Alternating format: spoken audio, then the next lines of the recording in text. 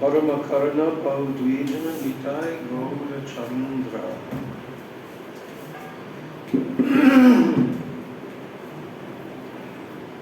By Lochan Das Thakur.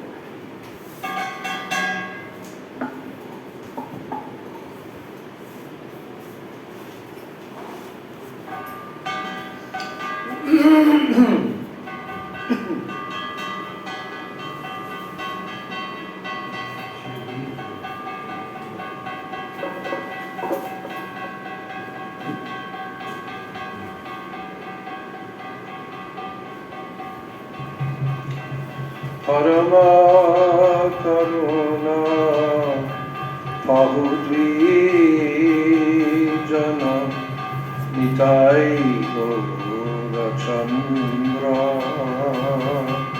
Parama Karuna Pahudvijana Nitai Gaura Chandra. Parama Karuna Pahudvijana Nitai Gaura Chandra. Parama Karuna Pahudvijana Nitai Gaura Chandra. Parama Karuna Pahudvijana Nitai Gaura Chandra.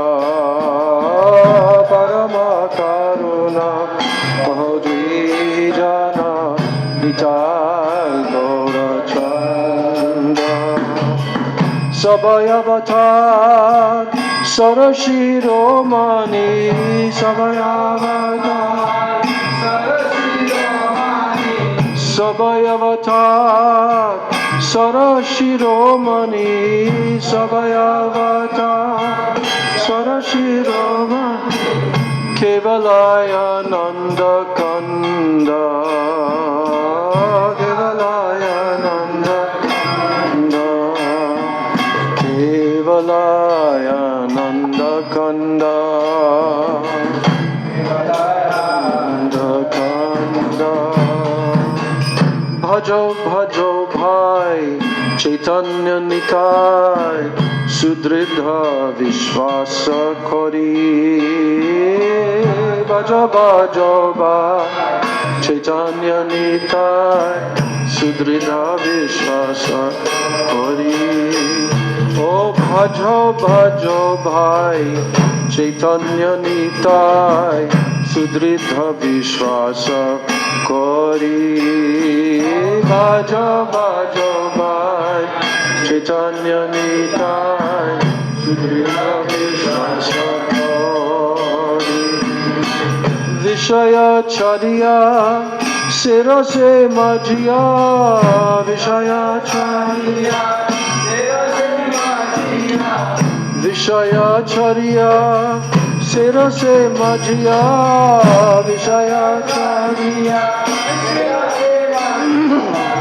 Mukhe bolo Hari Hari Mukhe bolo Hari Hari Mukhe bolo Hari Hari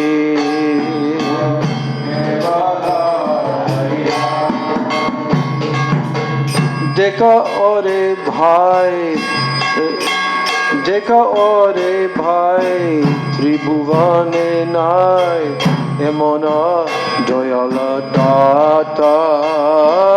Dekha ore bhai Tribhuvane nai Emona Doyala Data. Pashu Pakhi Jhure Bhashana Vidhare Shuni Jara Gunagata.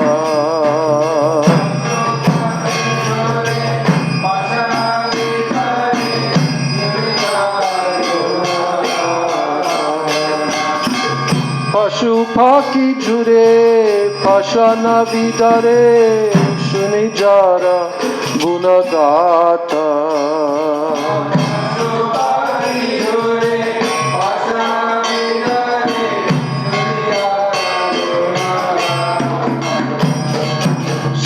সংসারে মজিয়া রহিলি পরিয়া সে পদে নাহিল আশা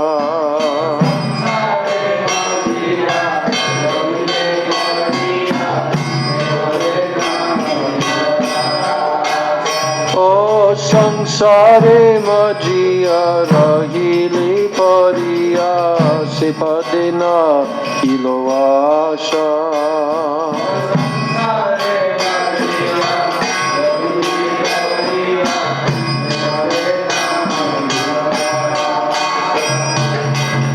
অপরাধ ক্ষমারা আপনা কর্ম বুঞ্জাই সমান অপরাধ কর্ম আপনা কর্ম বুঞ্জাই সমান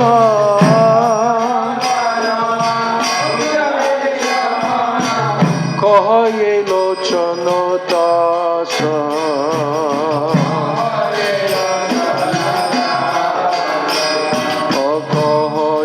লোচন দাস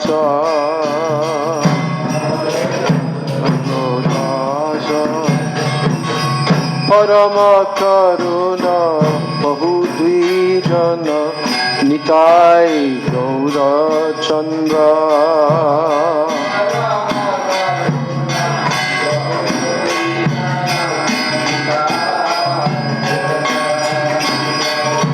সবাই অবতার সর শিরোমণি সবাই অবতার সর শিরোমণি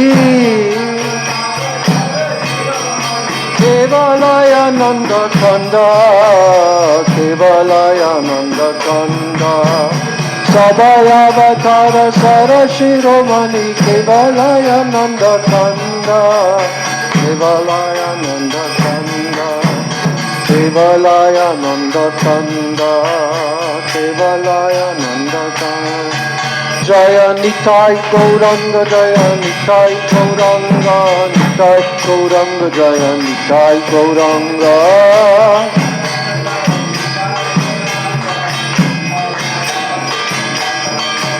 জয় নিতাই গৌরঙ্গ জয় নিতাই গৌরঙ্গ নিতাই গৌরঙ্গ জয় নিতাই গৌরঙ্গ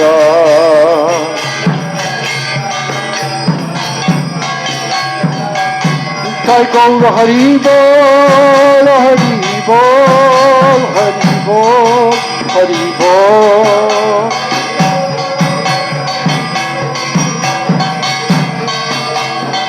নিতাই গৌর হরি বল হরি বল হরি বল হরি বল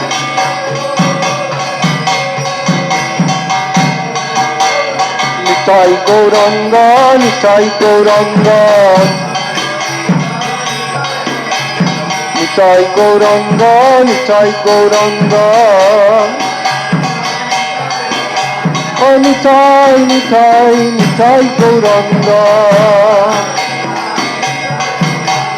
নিতাই নিতাই নিতাই গৌরঙ্গ জয় সচিনন্দন জয় Sachinandan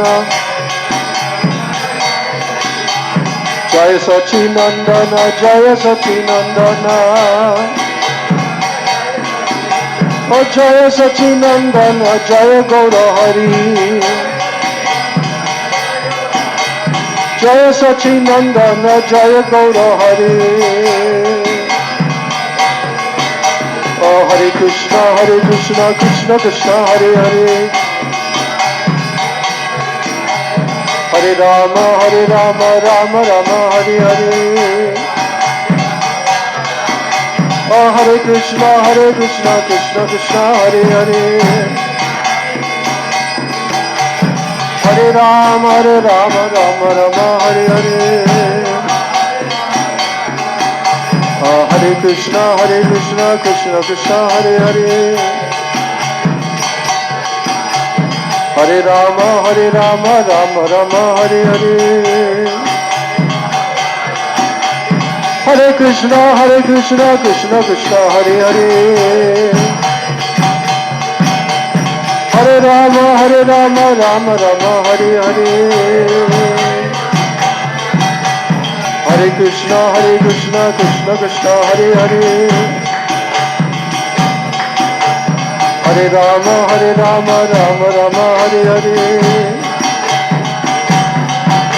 Hare Krishna, Krishna Krishna, Hare Hare. Hare Rama, Rama Rama, Hare Hare. Hare Krishna, Krishna Krishna, Hare Hare. Hare Rama, Rama Rama, Hare Hare. Hare Krishna, Krishna Krishna, Hare Hare. Hare Rama, Rama Rama, Hare Hare. Hare Krishna, Krishna Krishna, Hare Hare. Hare Rama, Rama Rama, Hare Hare. Hari Bol, Hari Bol. Hari Bol, Hari Bol. Hari Bol, Hari Bol. Hari Bol, Hari Bol. Hari Bol, Hari Bol. Hari Bol, Hari Bol. Hari Bol, Hari Bol. Hari Bol, Hari Bol. Hari Bol, Hari Bol, Hari Bol.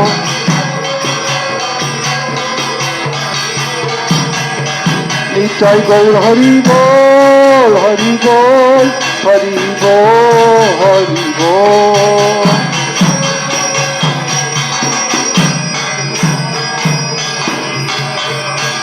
Nitai Gaur Premanande, Nitai Gaur Premanande, Nitai Gaur Premanande, Hari Hari Bol. Shri Ram-navami ki jai, Shri Ram-navami Mahamahotsav Titi ki jai, Janmasthana ki jai, Ayodhya Pati ki jai, Jai Jai Shri Ramachandra Bhagavan ki jai, Srila Bhakti Vallabha Tirtha Goswami Maharaj ki jai. Tadiya Avayirbhav Mahamahotsav Titi Srila Bhakti Vallabha Tirtha Goswami Maharaj ki jai. 100th anniversary, the divine appearance day of Srila Bhakti Vallabha Tirtha Goswami Maharaj ki jai. Nitai Gaur Premanande, Hari Hari Bol.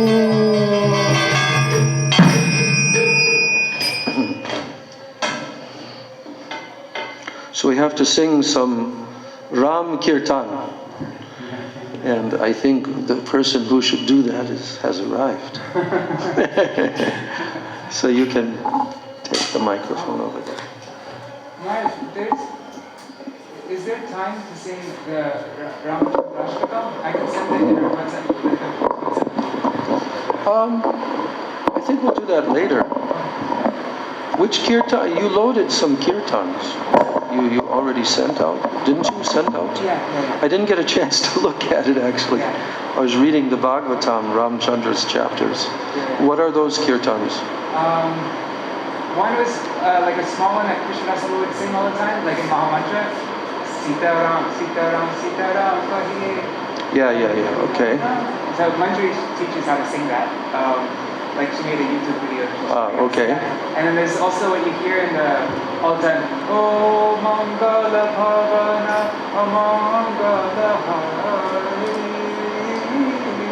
You hear it like on the speakers that it's from Ramcharit Manas. So she teaches how to sing that. Okay. And then there's a famous song, Sri Ram Kripalu Bhajamana. Yeah. So that one's there. And then the Ramachandra Ashtakam written by Murari Gupta. Oh, by Murari Gupta. Wow. And it's in Chaitanya Bhagavat. He says it before Mahaprabhu. Okay. Okay, so we have a menu. Haribol, Haribol. So, but before we start the Ram Katha, because it's the Transcendental Appearance Day of Srila Bhakti Ballabhatirtha Goswami Maharaj, I just want to give a short Pushpanjali to His Divine Grace, who is one of my Siksha Gurus actually. So I'll do that, and then after that, then we'll sing the Ram Kirtans and hear some Ram Katha. Madhavi, these lights are too bright, those tube lights, blinding my eyes. That one too.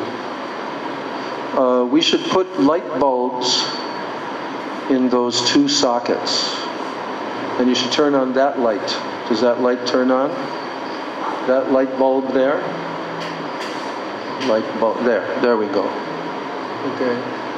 And we should put light bulbs here. I think they took them out. So, but we should replace the light bulbs because these tube lights are very blinding to the eyes. I mean, you can turn this one off. Let's see how it is without it. Yeah, that's better. It's better. Okay.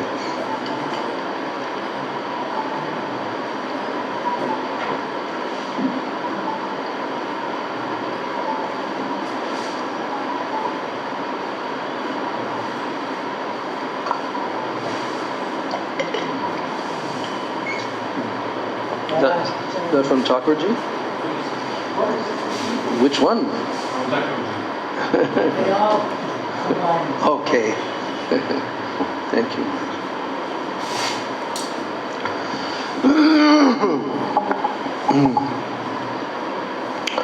Om Ajnanatimirandasya Jnananjana Shalakaya Chakshurunmilitam Yena Tasmai Shri Gurave Namaha. Mukam Karoti Vachalam Pangam Langayate Girim Yat Kripa Tamaham Mande Shri Gurun Dinataranam Vancha Kalpatarubhyascha Kripa Sindhubhyeva cha Patitanam Pavanebhyo Vaishnavebhyo Namo Namaha. Namo Mahabhajanyaya Krishna Prema Pradayate Krishnaya Krishna Chaitanya Namne Gaurati Se Namaha. Nityanandam Namastubhyam Premananda Pradayane Kalo Kalmashanashaya Janava Pataye Namaha. Panchatattvatmakam Krishnam Bhakta Rupa Swarupakam Bhaktavataram Bhaktakyam Namami Bhakta Shaktikam. Hey Krishna Karuna Sindho Dinabandho Jagatpate Gopesha Gopika Kanta Radha Kanta Namostute Tapta Kanchana Gaurangi Radhe Brindavaneshwari Vrishabhanu Sute Devi Pranamami Hari Priye. Brindai Tulsidebai Priyai Keshavasya cha Krishna Bhakti Prade Devi Satyavachai Namo Nama. Shri Krishna Chaitanya Prabhu Nityananda Shri Advaita Gadadhar Shivas Adi Gaura Bhakta Vrinda. Hare Krishna Krishna Krishna Hare Hare Hare Rama Rama Rama Hare Hare. Hare Krishna Krishna Krishna Hare Hare Hare Rama Rama Rama Hare Hare. First of all, I'm offering my unlimited Dandavat Pranams and my Shraddha Pushpanjali at the lotus feet of my most worshipable beloved Gurudev, Nitya Leela Pravishta Om Vishnupad Paramahansa Astatarasata Sri Srila A.C. Bhaktivedanta Swami Maharaj Srila Prabhupada.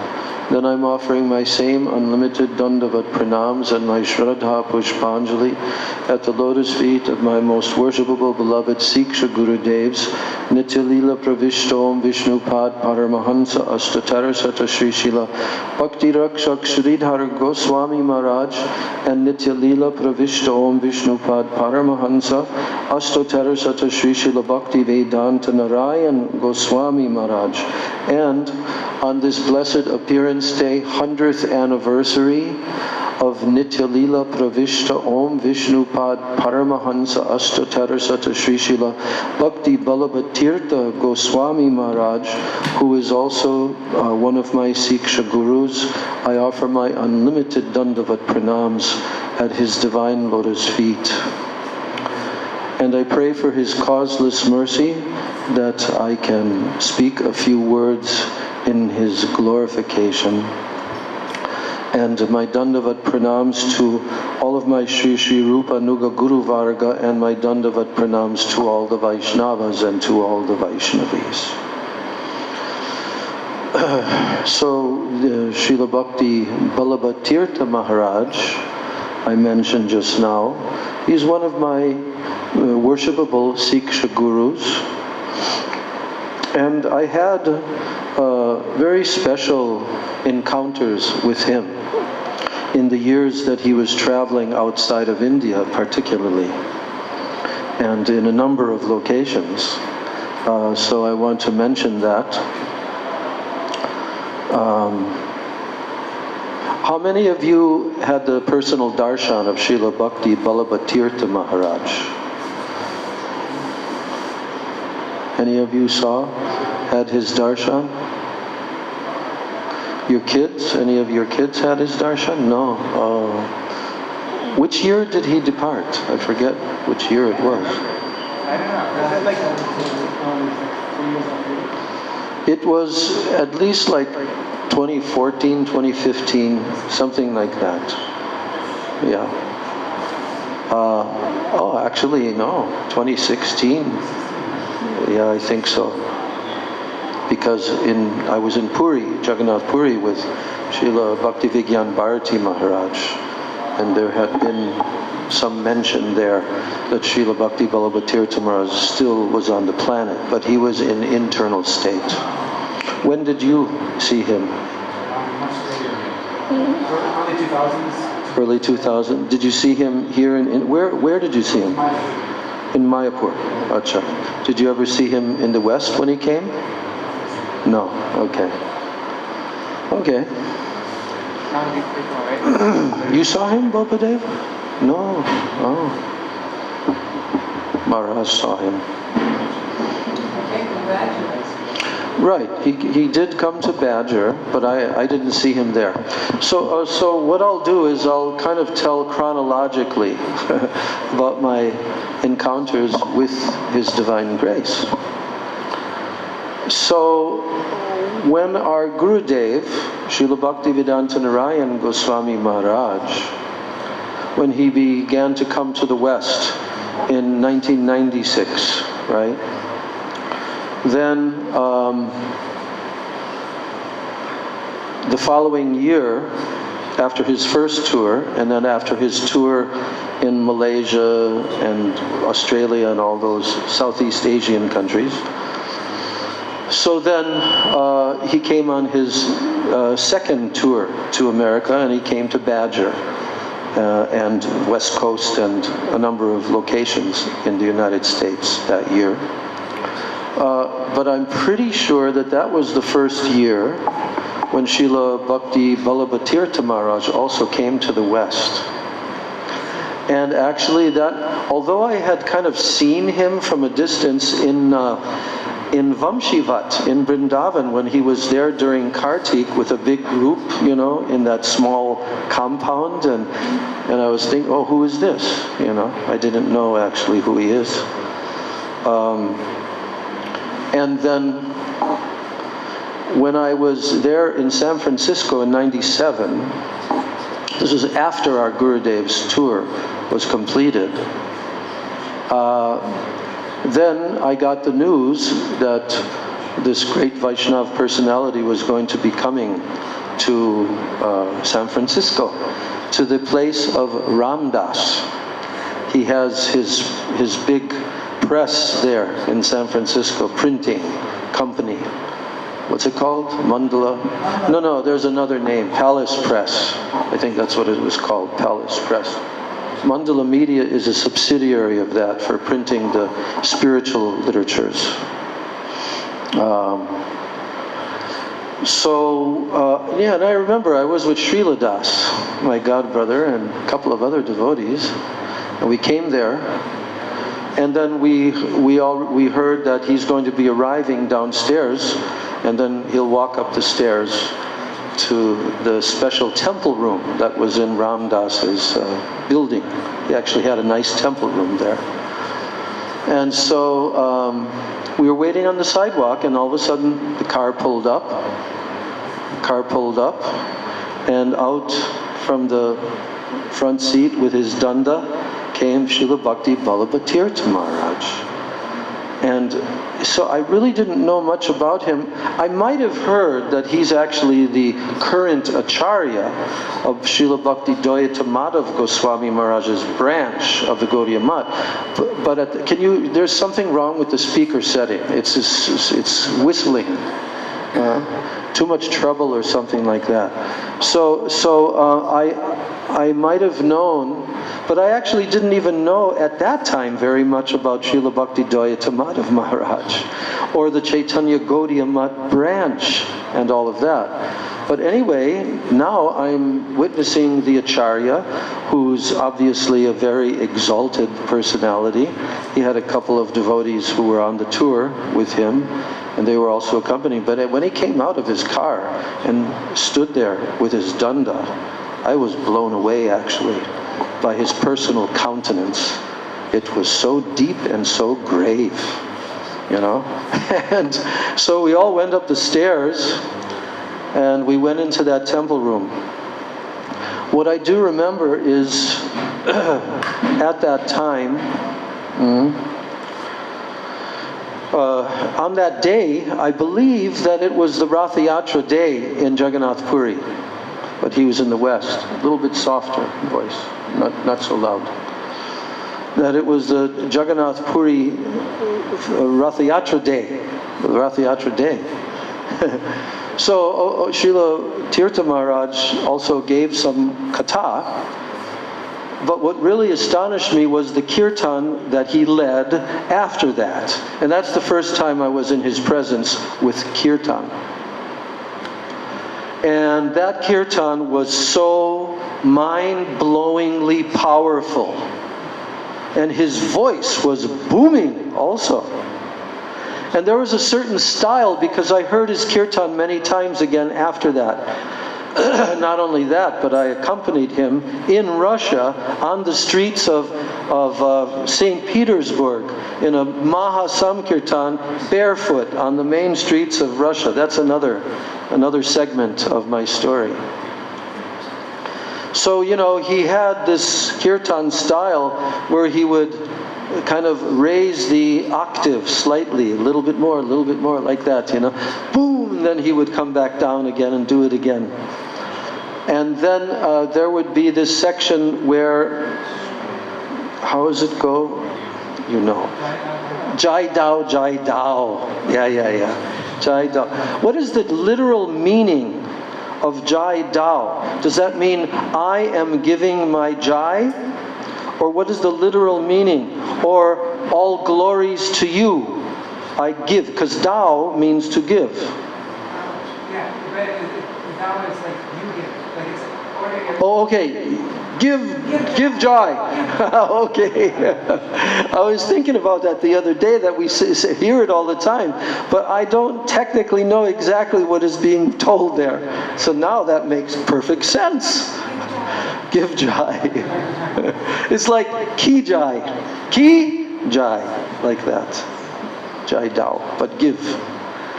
So he did that kirtan. So after that, then wow. Such a personality. So then the next place, probably could have been 97 as well. That same year later on, because at that time I was still in Singapore with Pran Kishore, and I was winding up the end of my collection period, But at that point, Gurudev had already started traveling, so I had to keep going back there to make some more money to buy the plane tickets and so forth. That's where we were selling paintings at that time. So there was a program that a devotee organized at his apartment in Singapore, because we were sometimes in Singapore, sometimes in Malaysia, mostly in Singapore. And there he was in this small little Singaporean apartment, and he gave this like booming lecture, amazing lecture. And then after that, we did Tulsi Parikrama, Tulsi Puja, and he danced and sang, and everybody was absorbed in that way, you know. So now I started feeling, wow, I have some connection with this personality, you know. So then, yeah, I'm pretty sure it was, of course I saw him in India, I think, during Kartik as well, one year, his group. But 1999, when I went to Russia the very first time, in 1999, the month of May, around the beginning to the middle of May, I went to Russia for the first time. And who's there already in Moscow? Srila Bhakti Ballabhatirtha Maharaj is there. And I don't remember if I learned, I think I learned this upon my arrival, you know. And I said, well, guess what? I'm going to his program first before I start my so-called preaching, you know. So I went, they had a big hall rented in Moscow, and I went to that program, and I was invited to sit up on the stage along with the other senior Vaishnavas, and there were certain saffron-clad brahmacharis and so forth. And it was quite a large audience of Russian devotees who came to that program also. And Srila Tirtha Maharaj, I do remember that he spoke on Chitraketu and Vritrasura Leela Katha. But this went on for, I believe it was 3 days. So each night I went there to his program, and it was an evening program starting like 4:30, like that. Yeah, and very powerful. So then after he departed from Moscow, and I believe he went to St. Petersburg. So then I began my preaching and presentation of Srila Gurudev for the first time in Russia, in a small apartment in Moscow. And it was packed, you know, like wall to wall, devotees. And so that's a separate story in itself. But then I learned that Srila Tirtha Maharaj had gone to St. Petersburg. So I went to St. Petersburg, and I arrived there somewhere around the last day. It was around the last day of his programs there. I think for 1 week or so he was there. And he was having Nagar Sankirtan directly on the streets of St. Petersburg, on the main street. I don't know the name of that main street. What is it in Petersburg? No Russian devotees know the name of the main street in Petersburg? Huh? Some intellectual, I think it's Fontanka. Okay. Anyway, it's the main street. And so when I arrived there, they were just going to begin, but there was a small park nearby. Everybody was required to leave their shoes there at the park, and they had one devotee looking over all the shoes, right? Because you know why? The reason was because Srila Bhakti Ballabhatirtha Maharaj's custom was that he would never wear shoes doing Harinam Samkirtan. Can you guess the reason why?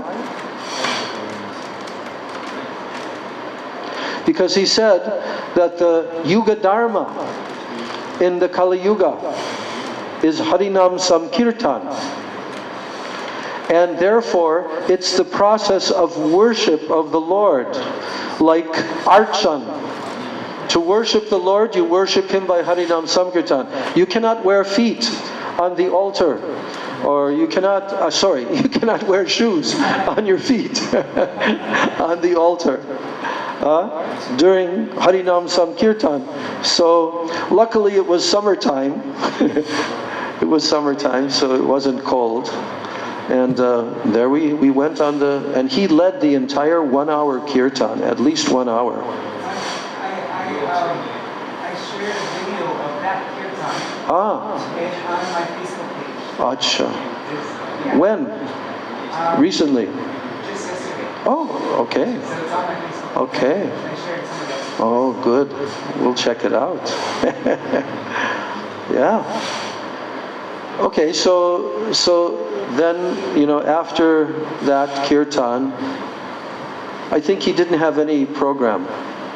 So then I just began my preaching there in Petersburg, and I was there for a couple of weeks. So then, in the meantime, yes. So that was 1999. And our Srila Gurudev,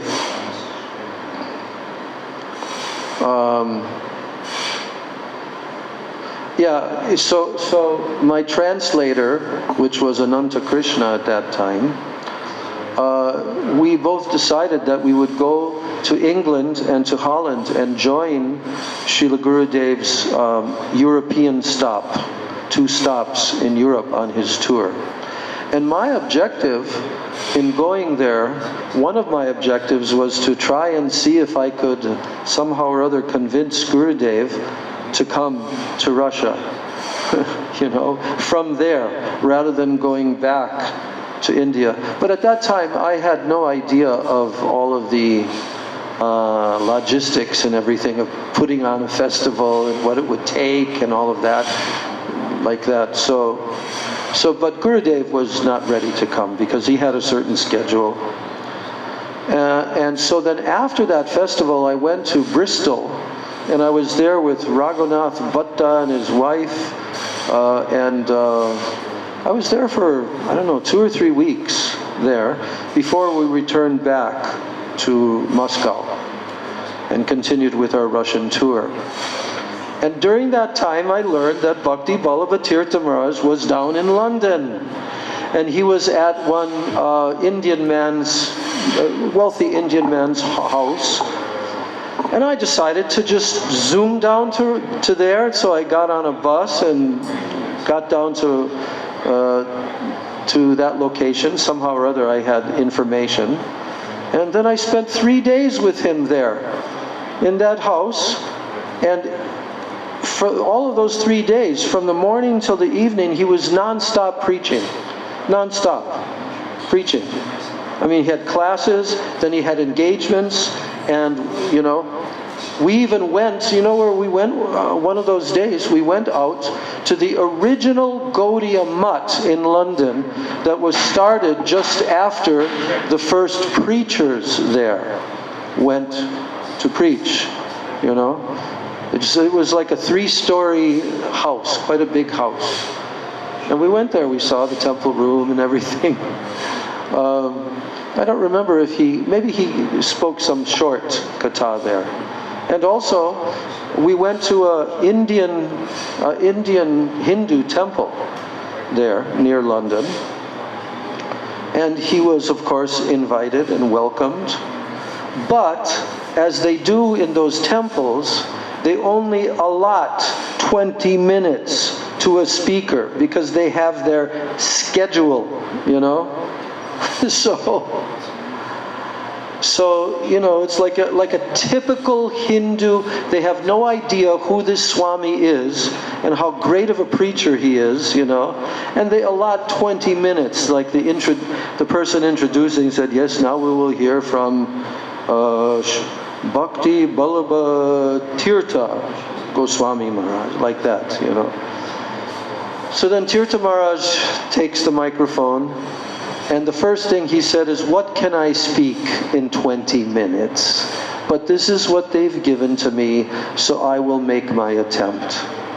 And that 20-minute lecture was one of the most powerful lectures that I ever heard, given by an elderly Indian sannyasi in our Guru Varga, and his English was actually really good, and he just blew away whatever. There weren't that many people there in the Hindu congregation, but what he condensed into 20 minutes. I wish I had a recording. Probably I could get it because they were always recording his classes. Yeah, so I think that was the last place that I met him in the West. And then after that, around the early 2000s, he got some heart problem. So then he stopped touring. It was around like 2001, 2002. So in that way, I felt this strong connection. And after those 3 days, that I was staying with him, there were some senior devotees who were also traveling with him and also came to meet him. And so I accompanied to the airport for his departure from the London airport, And I remember there was quite a nice, friendly feeling. And he was so much appreciating that I had come to hear his katha, But at that time, I had already been, completely captured and tied up by our Gurudev, by his causeless mercy, the rope of his causeless mercy. So, and Gurudev was always touring in the West, and then I received sannyas and all of that history. So, but Bhakti Ballabhatirtha Maharaj, I always had such an appreciation for him after that.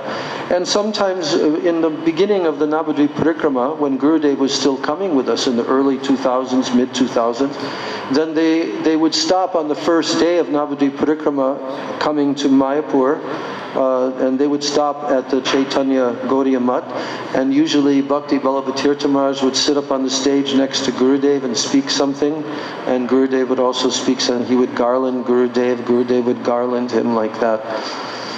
So like that, and then one more incident that was a major incident, and that is his 50th anniversary of his sannyas, which took place just after Gurudev departed from the planet. I believe it was 2011 or something like that. Sajjan Maharaj also was there. I remember we went to see Bhakti Ballabhatirtha Maharaj in the back of that compound, and we were kind of waiting for him, and he was just coming out from his room to come. They had this incredible stage that they set up. It was one of the best arrangements I've ever seen Gaudiya Math make.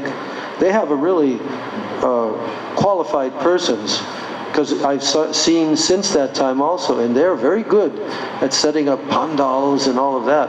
So they had an amazing setup of a gigantic stage, and it was a pandal, and then it was big enough to hold a few thousand people in the pandal.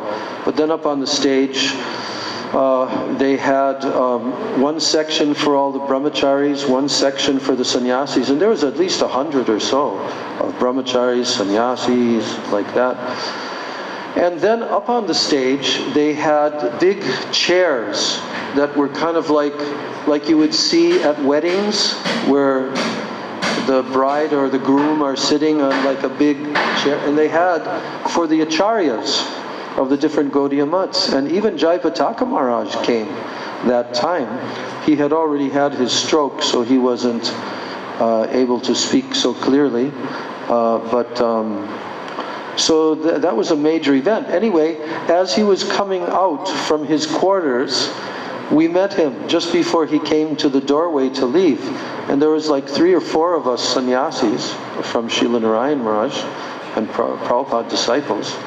And we greeted him, and he stopped and smiled at us like that. And I just told him, I said, "Oh Maharaj, I saw you so many times over the years when you were traveling in the West." And I began to mention Moscow, Petersburg, San Francisco, Singapore, like that. And so he's very nice. Then he went and sat in the center of that entire arrangement. And when it was his time, they had some speeches before that, of course. And then finally he gave the last speech and spoke for about a good half an hour, partly in English and I think partly in Bengali.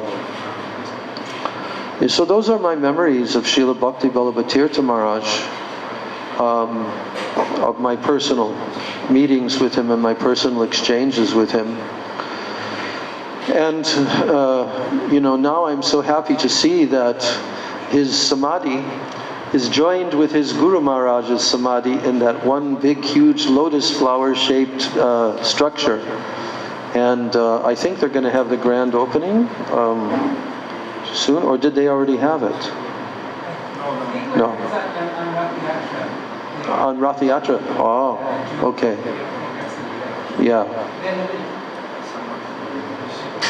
Yeah, so, and of course we used to also go to that mutt to see Srila Bhakti Vigyan Bharati Maharaj during the Navadvip Parikrama time. He would have that veranda and we would sit there. So I have very many sweet memories with him. And whenever I hear, his voice and his katha, and I look at the books that have been produced and that he's written, especially his major, contribution for the whole Gaudiya Vaishnava community into the future is his book, which is titled The Associates of Sri Chaitanya Mahaprabhu. Sri Chaitanya and his Associates. Yes. Yes. And I refer to that all the time, because all the different personalities, biographical sketches.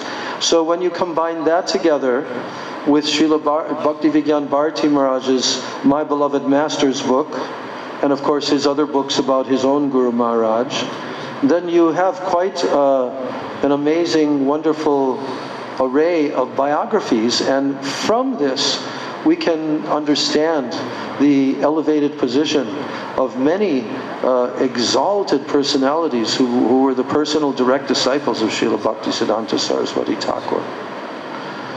So Srila Bhakti Ballabhatirtha Maharaj is in that league as the servant of his Guru Maharaj, Bhakti Dayita Madhav Maharaj, one of the stalwart acharyas in our line. So I'm offering my Dandavat Pranams at his divine lotus feet and praying on this day, Ram-navami day, is the day that he appeared in this world. So they're having a huge, gigantic festival there, for him on his appearance day. Probably later in the afternoon or early evening I'll make my way over to Mayapur so I can pay my obeisances there. But all glories to His Divine Grace, Srila Bhakti Ballabhatirtha Goswami Maharaj Ki Jai. Tadiya Avirbhav Maha Mahotsav Titi Srila Bhakti Ballabhatirtha Goswami Maharaj Ki Jai.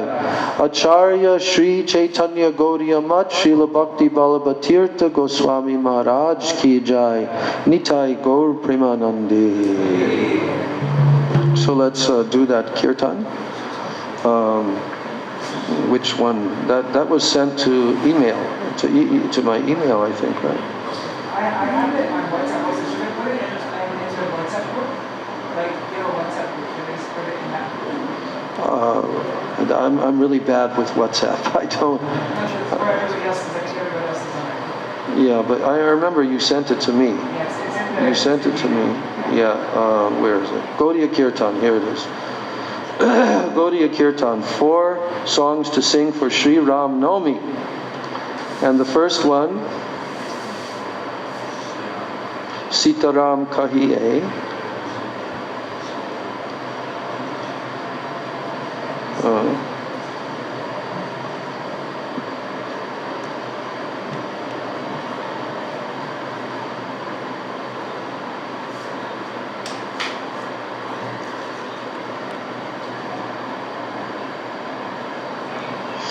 So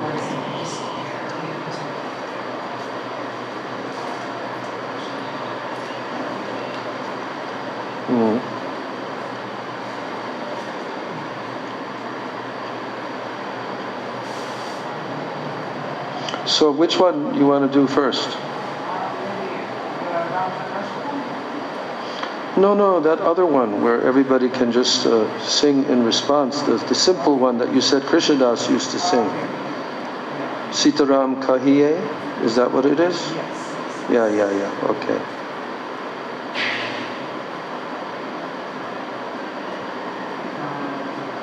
Oh.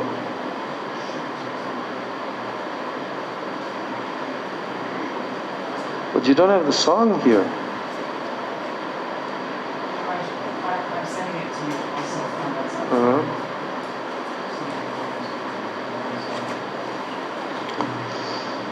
Shri Ramachandra Bhagavan ki jai. Jai Sitaram Lakshman Hanuman Jiu ki jai. Sitaram Lakshman Hanuman Jiu ki jai. Sitaram ki jai. Sitaram ki jai. Sitaram ki jai. So Lord Ram, who is he? Who is Lord Ram? Ram Chandra. Huh? Who is Ram? Is he just a king of Ayodhya? Lord Ram? Who is he? Who is he? Huh? He's what? He's Krishna. That's true. He is Krishna. And it's also true that he's not Krishna. How is he Krishna? Because he's a personal expansion of Krishna. Yes? So he's actually the Supreme Personality of Godhead, Lord Ram. But he's Krishna in a different mood. Do you know what his mood is? What is his mood as Lord Ram? Maryada. His mood is to show and to demonstrate to all of human society how to be a perfect human being, how to be a perfect son, how to be a perfect king, how to be a perfect husband. All of those things Lord Ram is demonstrating for human society. And of course we all know that Lord Ram's famous history of his life and his leelas is called what? Ramayana. Valmiki Ramayana, and then there's a second Ramayana which is called Ramcharita Manasa by Sri Tulsidas, which our Gurudev had great love and affection for. Ramcharitra Manasa. So Lord Ramchandra Bhagavan, his pastimes are narrated in detail in the Ramayana. And that takes a while to go over all those pastimes and to absorb that and to relish that. And also I wanted to just play for a few minutes Srila Gurudev's lecture. There's an actual lecture that he gave on Ram-navami in English language, which why is this loading so slow? Oh, wait. Okay.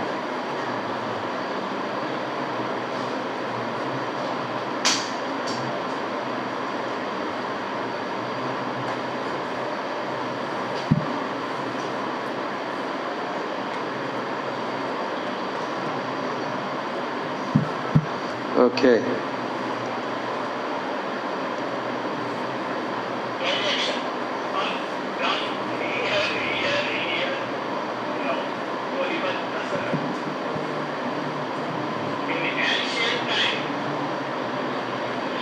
There was a king named Maharaj Dasarath.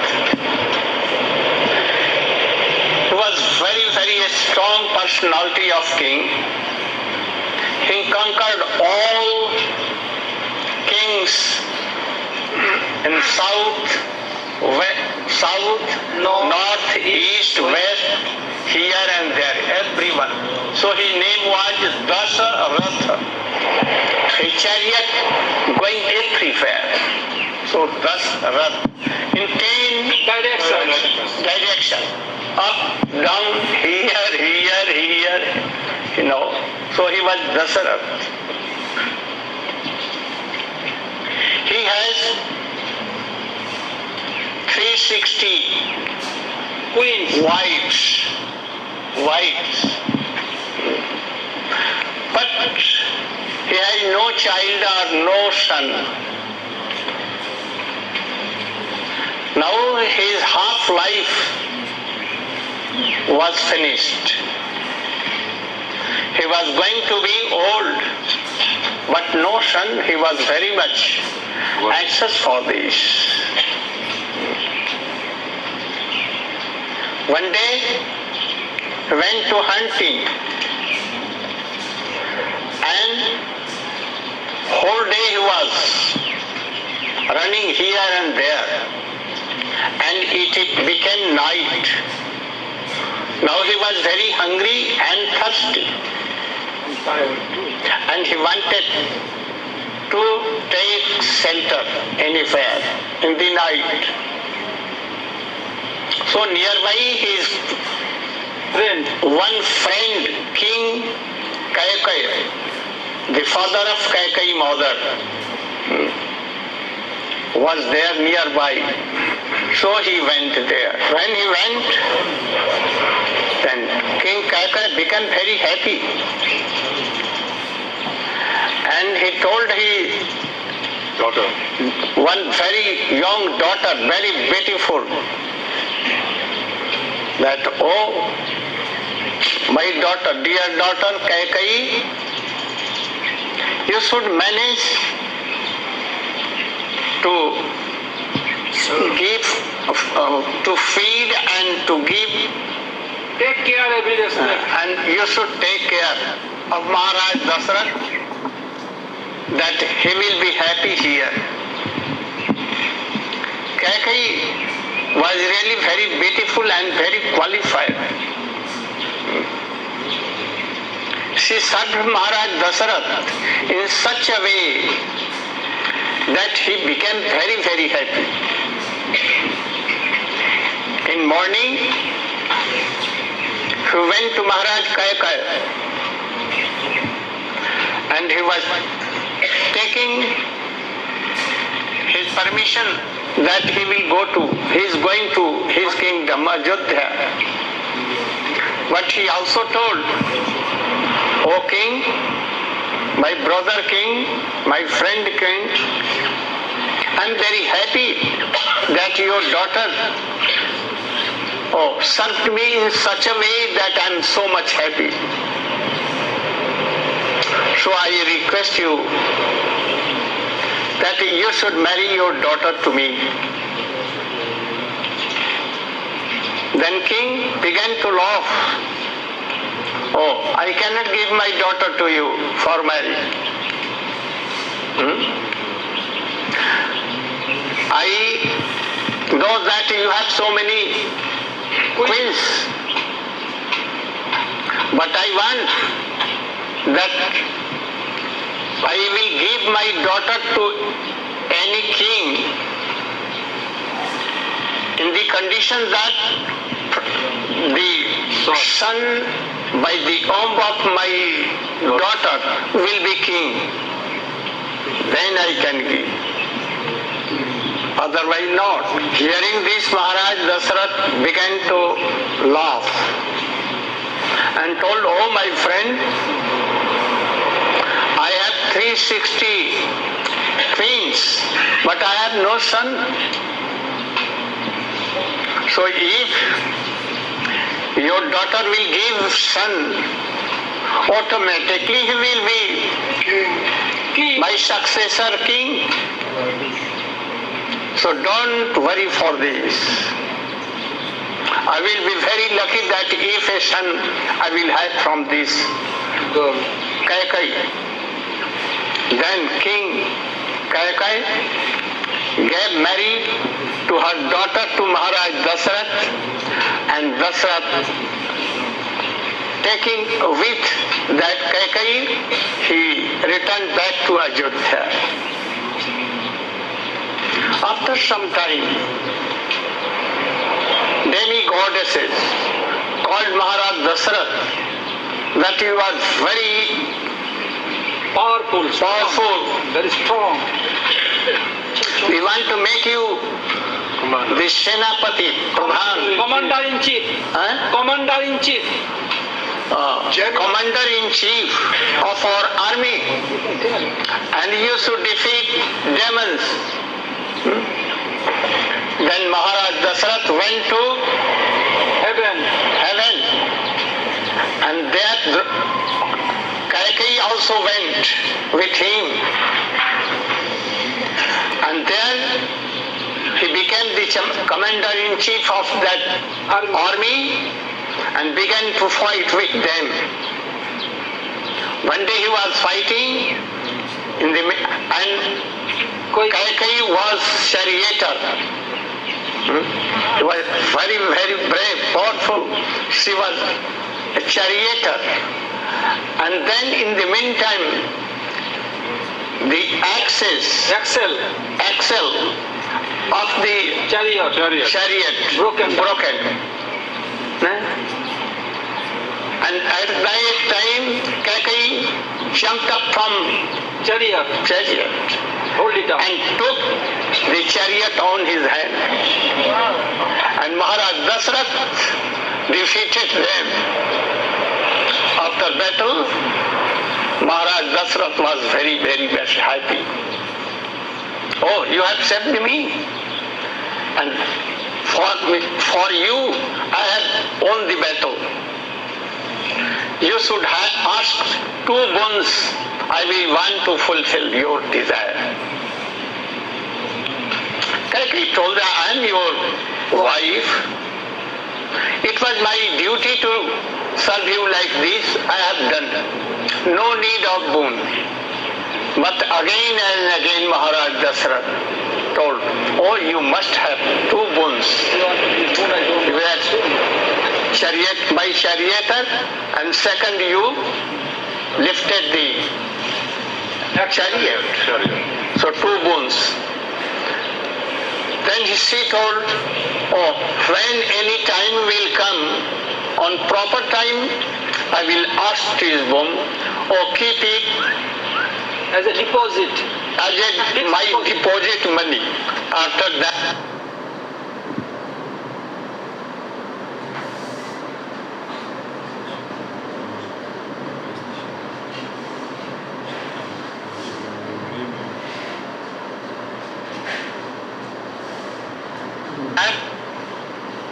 Maharaj Dasrath returned back to Ayodhya. But no son, so he performed a putreshti yajna. Okay. So I just wanted to play a few minutes so we can hear Srila Gurudev's divine voice. Of course, we all know that Srila Gurudev was initially a Ram Bhakta, and if you go into his Samadhi, you'll see there, as you enter on the left-hand side, one of the most beautiful displays of the form of Lord Ram, Sita, Lakshman and Hanuman there, and you see on the ground is Srila Gurudev as a young boy, and he's having a dream, and Lord Ram, Sita Ram, Lakshman, Hanuman actually appeared to him in that dream. So, initially Gurudev was brought up worshipping Lord Ram. He was a Ram Bhakta. Actually, Srila Bhakti Rakshak Sridhar Maharaj also was like that, Ram Bhakta, and then later on came to the path of Chaitanya Mahaprabhu, became Krishna Bhakta. So, but on the occasions when Srila Gurudev would speak, like in this case, this is a long lecture, it's about 48 minutes long, so he's just starting out telling the history of Kaikeyi and why Maharaj Dasarath had to be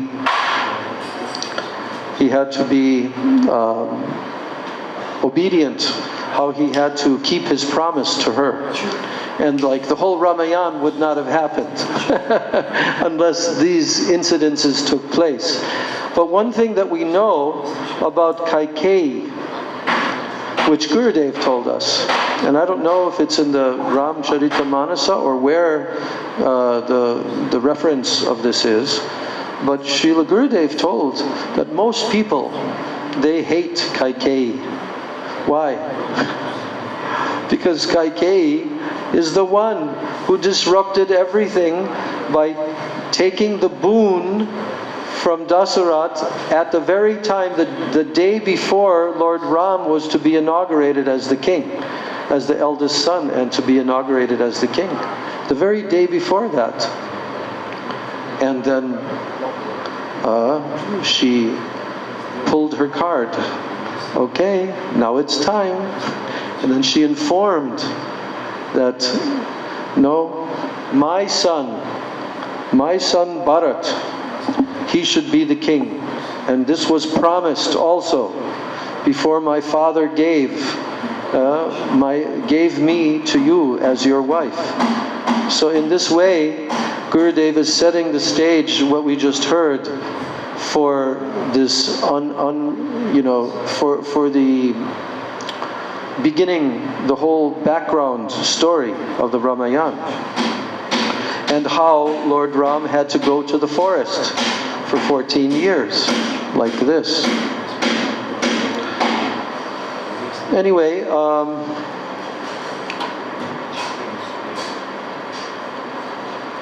I don't know if there's a way that we can request them. Probably not. Hare Krishna. They could be anywhere along here, but they're right here, pounding away.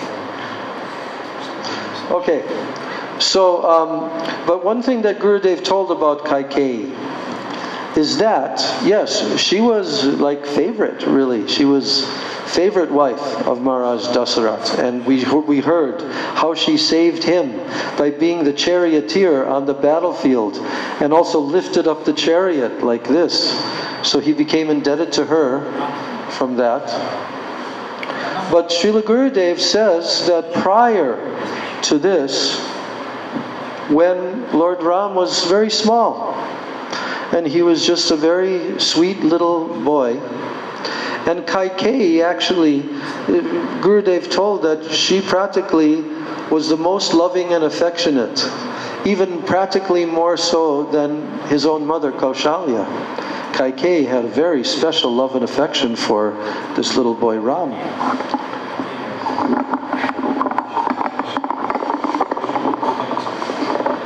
So, then what happened was, one day, as he was playing with her, then he said, "Oh Maya, oh my mother, I want that you will promise me something." What? What do you want me to promise to you? Well, I want that you will promise that when it is time for my inauguration as the king, you will tell to my father, Dasarath, that no, your son Bharat, my brother, should be the king, and I will be banished to the forest for 14 years. And Kaikeyi was horrified. She was dreadfully horrified. How can I do that? But then he said, no, you must promise. You have to promise to me. So she promised. And she fulfilled that promise, as we just heard, that Gurudev is about to tell the story of how she banished him to the forest. So, even throughout history, everyone thinks that Kaikeyi is the most dastardly, hard-hearted person, and everyone hates her for doing that, you know. But Gurudev said actually she was the most intensely devoted to Lord Ram, more so than anyone. And therefore she had to tolerate that. So that's one of the beautiful fine points which our Gurudev brought out. Okay, so let's just sing short that song, and then we'll read some Nectar Katha of Lord Ram. You sent it just now, you say? Yeah, and I sent it to everybody's WhatsApp also, and I sent it to you by email and WhatsApp. Okay.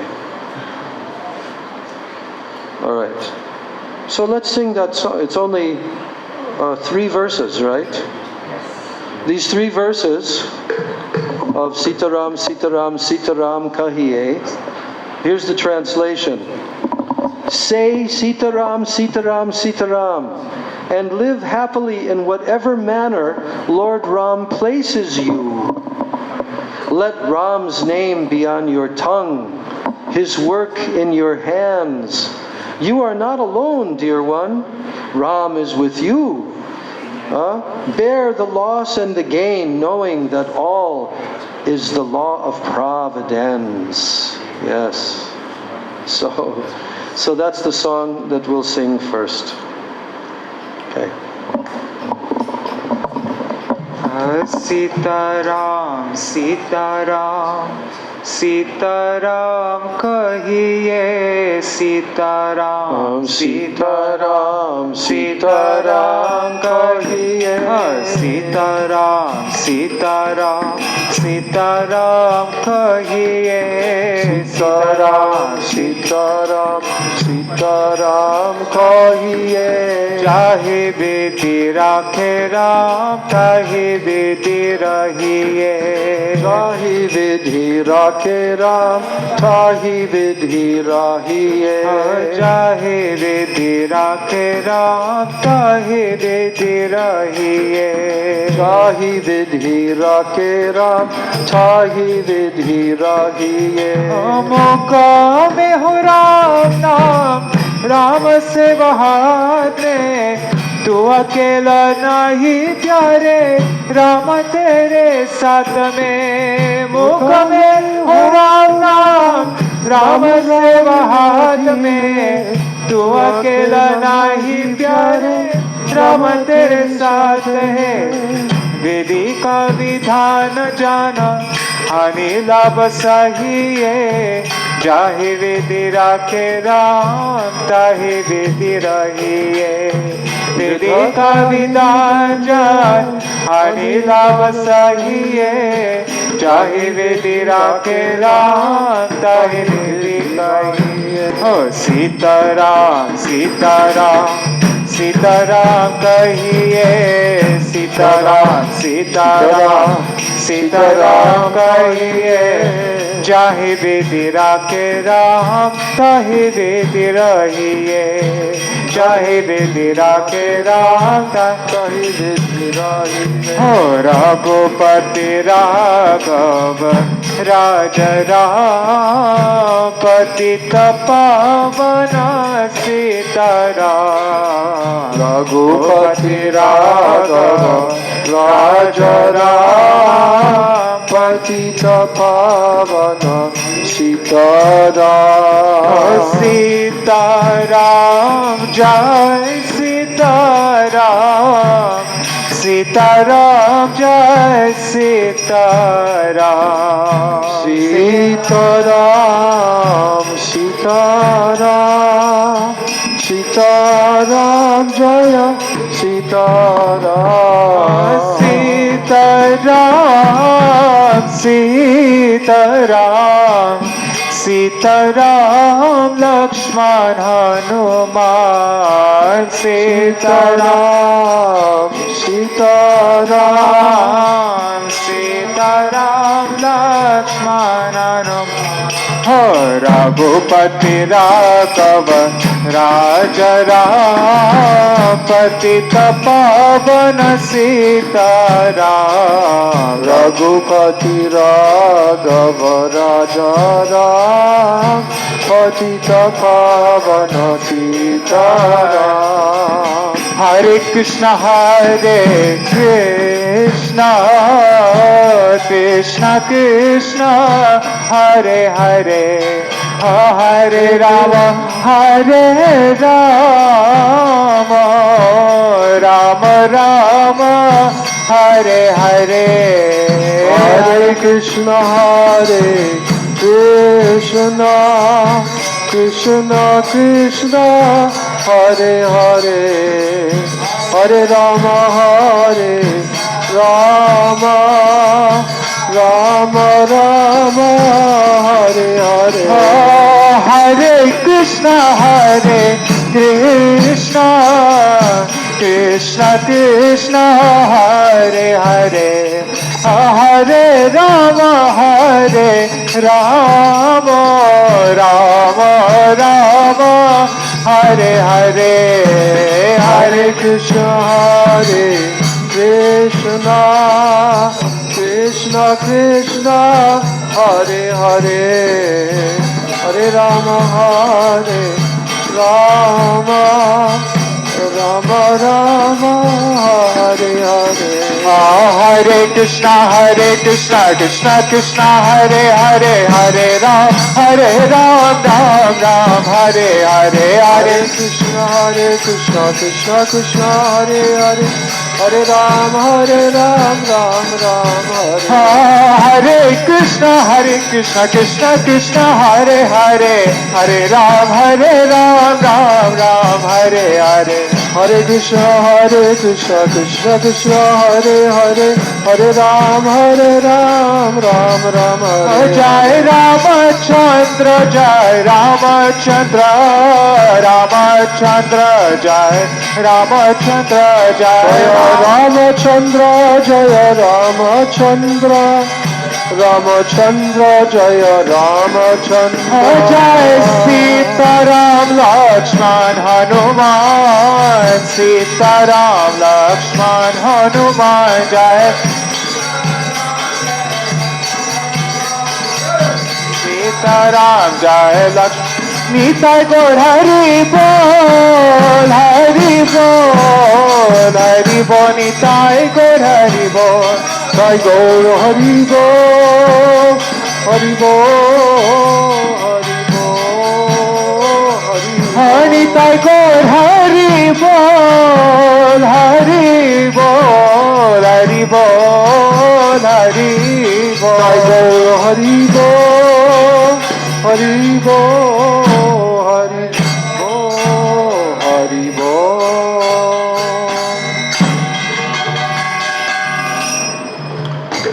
Jai. So the Ashtakam written by Sri Murari Gupta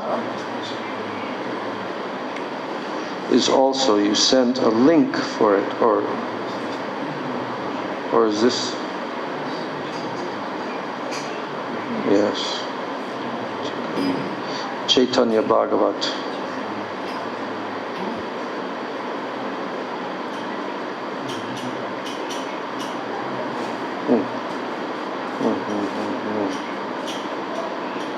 Okay. So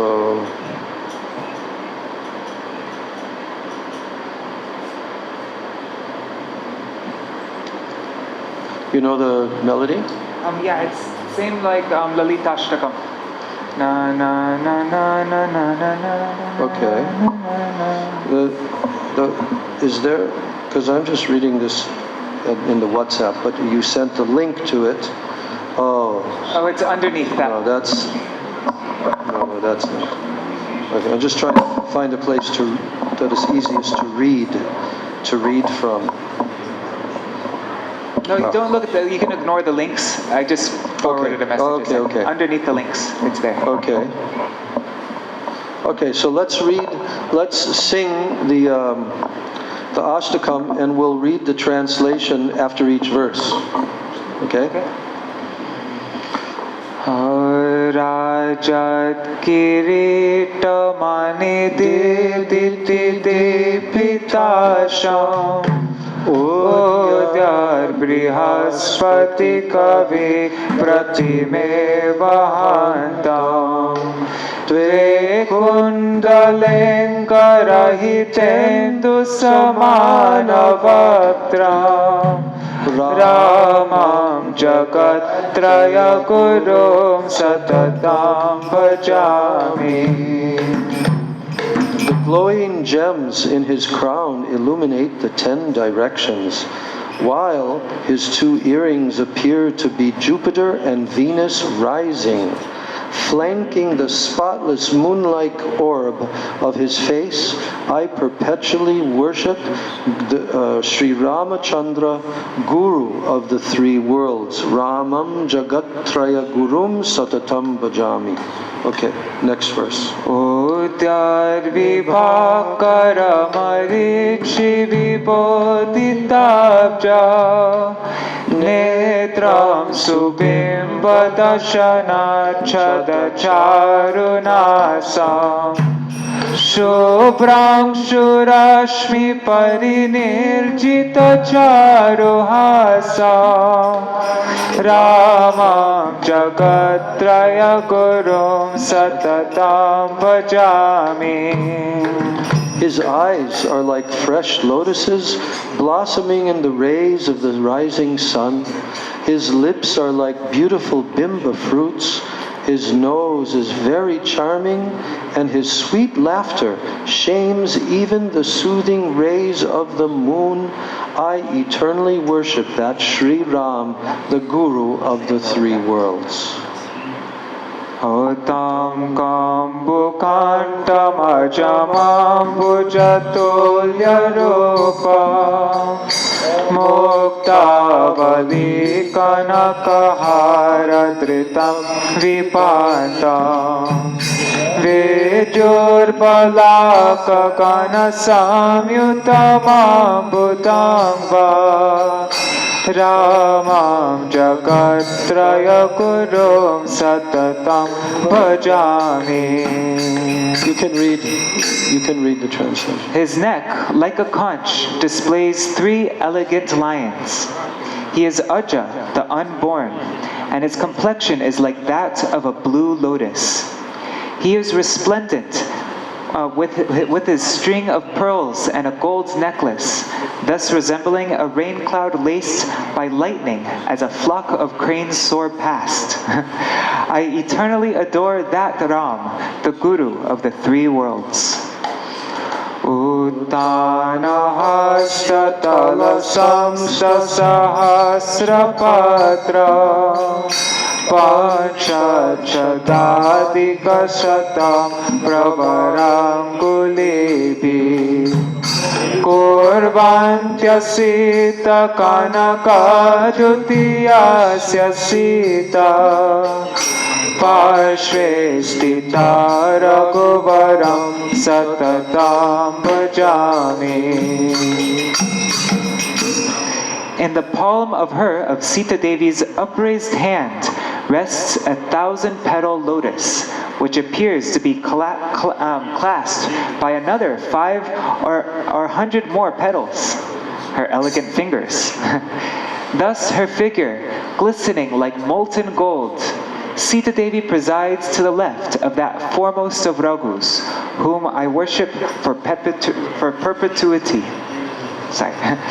Agritanurtaravarakanakochvalango Jeshtanusevanaratho yatabhushanadya Sheshakhyatamavaralakshmananamayasya Ramam jagatraya gurum satatam bhajami.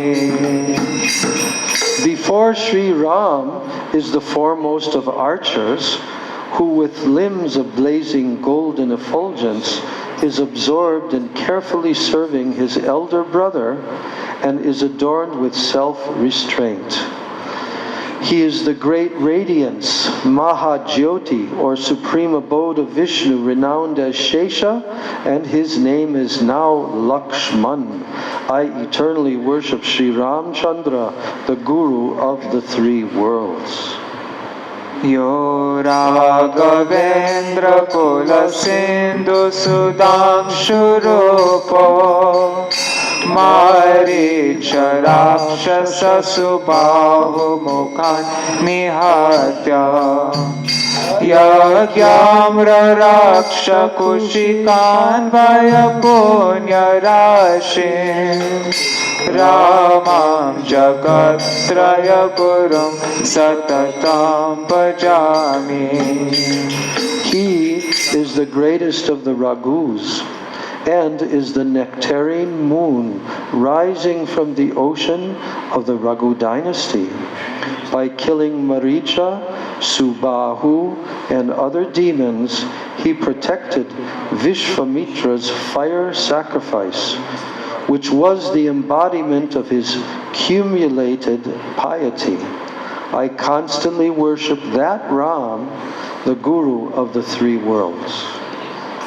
Hatva khara trishiraso sagano kabandam Shri Dandakanana madushanameva kritva Sugriva maitramakarod vinihatya shatro Tam raghavam dashamukhandakaram bhajami.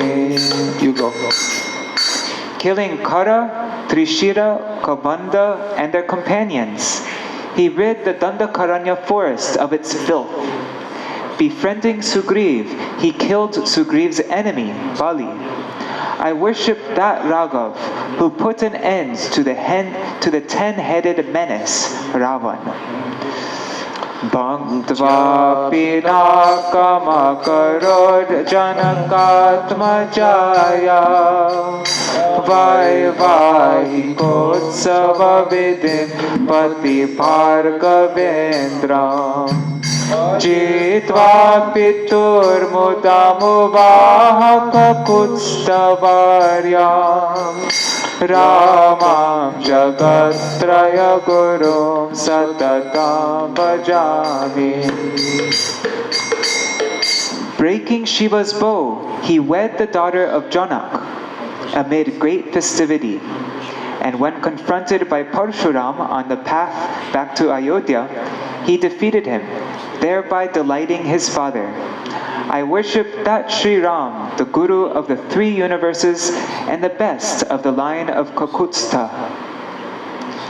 Itam nishamya raghunandana rajasingha Shlokashtakam sa bhagavan charanam murare Vaidyasya murtni vinidhaya lilekha pale Tvam ramadasam iti bho bhavamat prasadan. Hearing this prayer to Raghunandan, the lion among kings, the Lord Shri Gaur Hari, placed his lotus feet on the position Shri Murari Gupta's head, stamping his forehead with the words Ram Das, and blessed him. By my mercy, may you be the servant of Shri Ram. Jai Shri Ramchandra Bhagavan ki Jai. Murari Gupta, incarnation of Hanuman ki Jai. Gaur Premanande. Hari Hari Hari. Oh. Okay, so where to? We have the whole Ramayana here, and this is where we hear the details. But in the Bhagavatam, we also have the chapters. Actually, there's 2 chapters in the 9th canto about Lord Ram, and it summarizes his pastimes. So we can choose to either read some section of Ramayana, some favorite kind of section there, and hear more details, or we can read the chapter of the 10th canto. It's about 80 verses. I read it last night. Very nice, summarizing all the pastimes of Lord Ramachandra Bhagavan. Or we can do both. We can read some nice, we could just choose a little section of Ramayana and then we can read that whole. If we were to choose some little section of the Ramayana, what section would you like to hear?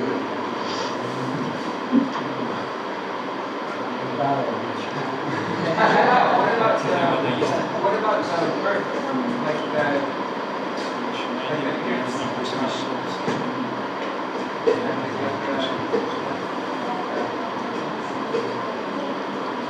separation? Maybe some separation part? Separation. Okay, which part? No, that's really, see, the whole crux of the Ramayana is what? It's the kidnapping of Sita by Ravana, right? That's where it gets really, you know. And within that, there's so many sections. And of course, there's the section of Lord Ram wandering in the forests, completely overwhelmed in separation from Sita, and calling out her name and talking to the trees and so forth, you know, where is my Sita, where is my Sita? And then there's the whole history of how much time passed by before Lord Ram understood, right? I'm not exactly sure on the chronology because, you know, Jatayu was located right in the very beginning, just after Sita had been taken away, and when Lord Ram was searching, then Jatayu was lying on the ground, right? Right? And then that's where Lord Ram understood and found out that it was this demon, Ravana, who had snatched away Sita Devi when Lord Ram had gone by the, almost like the demand of Sita, I want that golden deer. But who was the golden deer? It was a magical, mystical change of body of Maricha, who was, what was his position with Ravana? He was like one of the advisors, I think. But he had that mystic power, he could change his body into other forms. So anyway, that's the story. I mean, we're not going to go into the details of how Lord Ram, Sita began to hear his voice, and then Lakshman was guarding her, and then she made, and that's also told by Gurudev, that Vacho Vegam, when he gives the example of how two very great wars arose from not being able to control your speech. Huh? And what was that one? In this case, the battle with Ravana, between Ram and Ravana, and the monkey soldiers. And how did that happen? Because Sita was told by Lord Ram that she should stay there and be guarded by Lakshman. And what did Lakshman do? Lakshman drew a circle with his bow all the way around Sita, a big circle. Stay inside this. Oh, that was after she insulted him. Right. But before that, from a distance, then the voice of Lord Ram was heard. Oh, Lakshman, Lakshman! And Sita was hearing this. And she was saying, Ram is in danger. You have to go and help him. Ram is in danger. And Lakshman said, no, this is not real. There's no possibility of Ram being in danger by anyone. This is a magical presentation just to draw me away. So, no, I'm not going. And then what did Sita do? Remember what Sita's told? Sita told, yes, now I see. Actually, you've had this plan all along. That you wanted to usurp Ram's position as my husband, and you wanted to enjoy me. And such an intolerable insult that Lord Lakshman had to tolerate from her. And, you know, because he was given the instruction by Ram to guard Sita. But now Sita did that. And how did that end up causing the entire battle? Because now Lakshman said, okay, if you think like that, I'm going, but don't go outside of this circle. And then when he went, that's when Ravana came dressed as a what? As an old sadhu. Ravana came like a Brahmin. And then he began to talk with Sita. And Sita was very innocent, and she was always accustomed to serving saints and sages because she grew up in the palaces where her father was king and always was serving so many sages. So, but he became allured by his speech, and gradually he lured her to come closer to the edge. I don't remember the exact dialogue, but she wanted to give some fruits or something like that to him. Then he snatched her. So because of this, when Ram and Lakshman came back and Sita was gone, now this began the whole Ramayana, major part of the Ramayana, where a demon, a Rakshasa demon, steals the wife of the Supreme Personality of Godhead, Sita Devi. Now, of course, we've also learned that that's not possible for a demon to even touch the body, right? It's not possible. So when Lord Chaitanya went to South India, he was in one place where there was a devotee of Lord Ram, and that devotee was always overcome, completely overwhelmed with sorrow and so much crying and weeping that my Sita, my beloved Sita, has been captured by this demon. But then Lord Ram did what?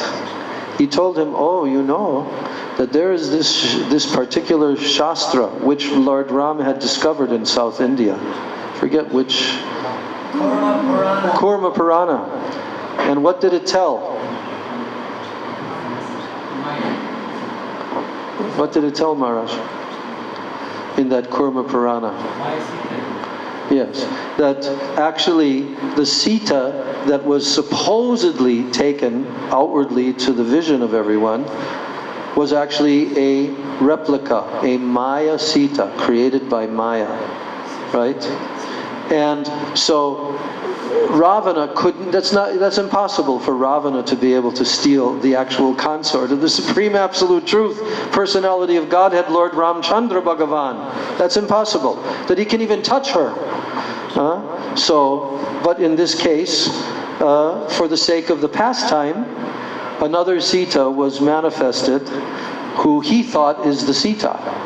But in actuality, later on, when she was tested for her chastity, right, by having to enter fire, then what happened at that point?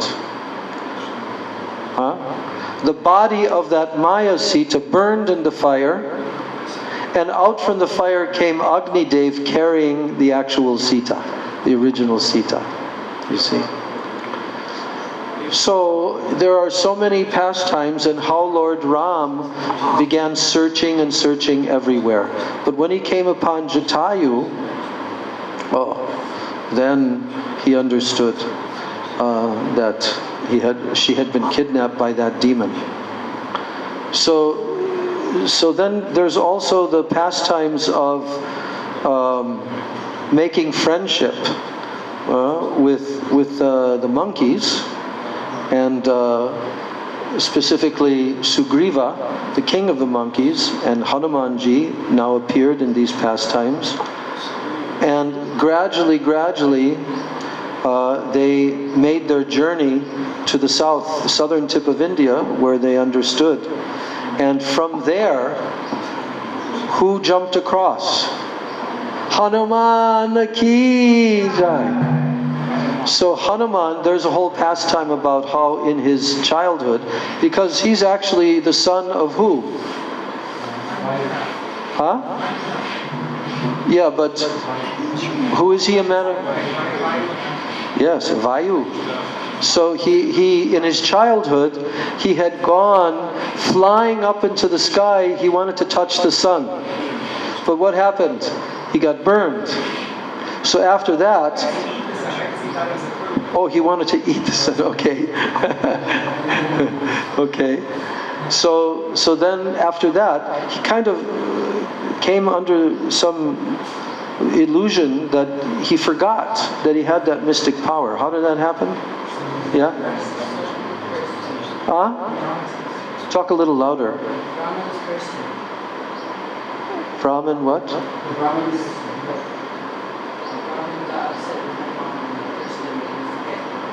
Oh, yeah, okay. Do you remember why? Too dangerous. That would make him too dangerous. His powers were as a small child. Oh, yeah. Oh, okay. And then part of that curse was that in your greatest time of need, then the memory will come back. Wasn't that one of them? Yeah. Because what happened is that Hanuman,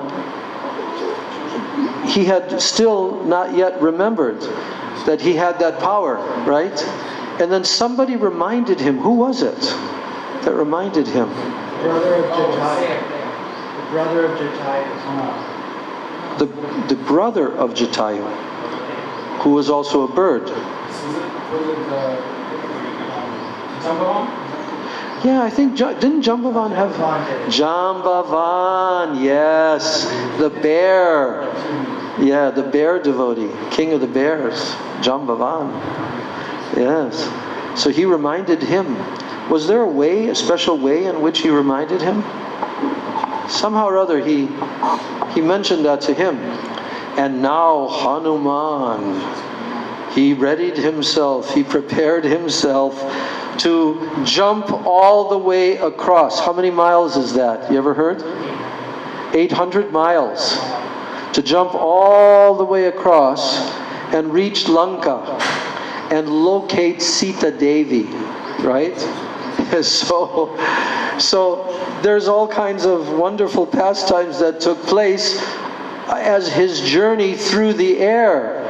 And a couple of them, you kids, you must have heard a lot of these pastimes as you were growing up, right? Didn't you always hear this many, many times? So now you tell us, what happened when he jumped into the air?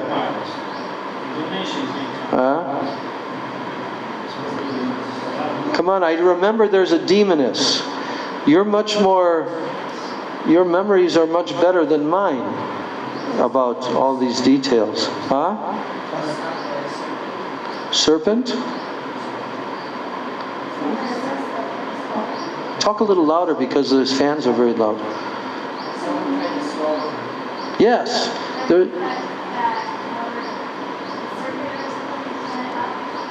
A serpent.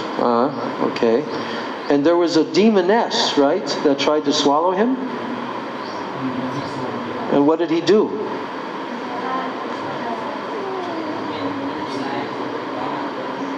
He what? Yeah. Broke through her stomach. Yeah. And any other demon? But you know, there's another mystic power that Hanuman has. Do you know what that mystic power is? Big and small. He can become huge, gigantic. And he can become tiny, tiny so no one can see him. So now Hanuman is in Lanka. And what did he do? He began to search everywhere. Did he not? And do you remember what happened before that? How did he locate Sita? Huh? How did he locate her? Try and remember and tell.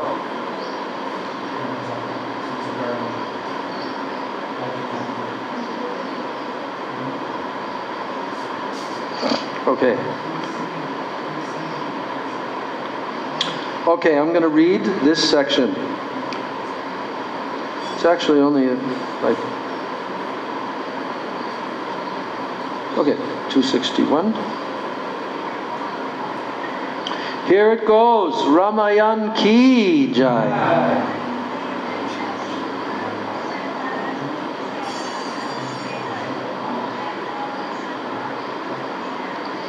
Okay, this is chapter 13 of part 2.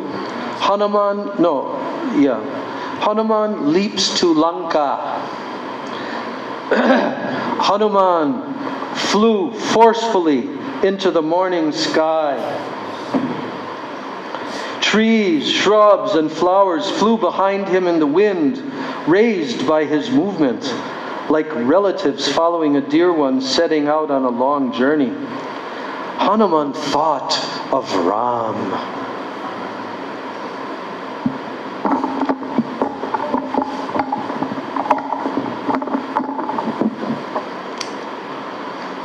Hanuman thought of Ram.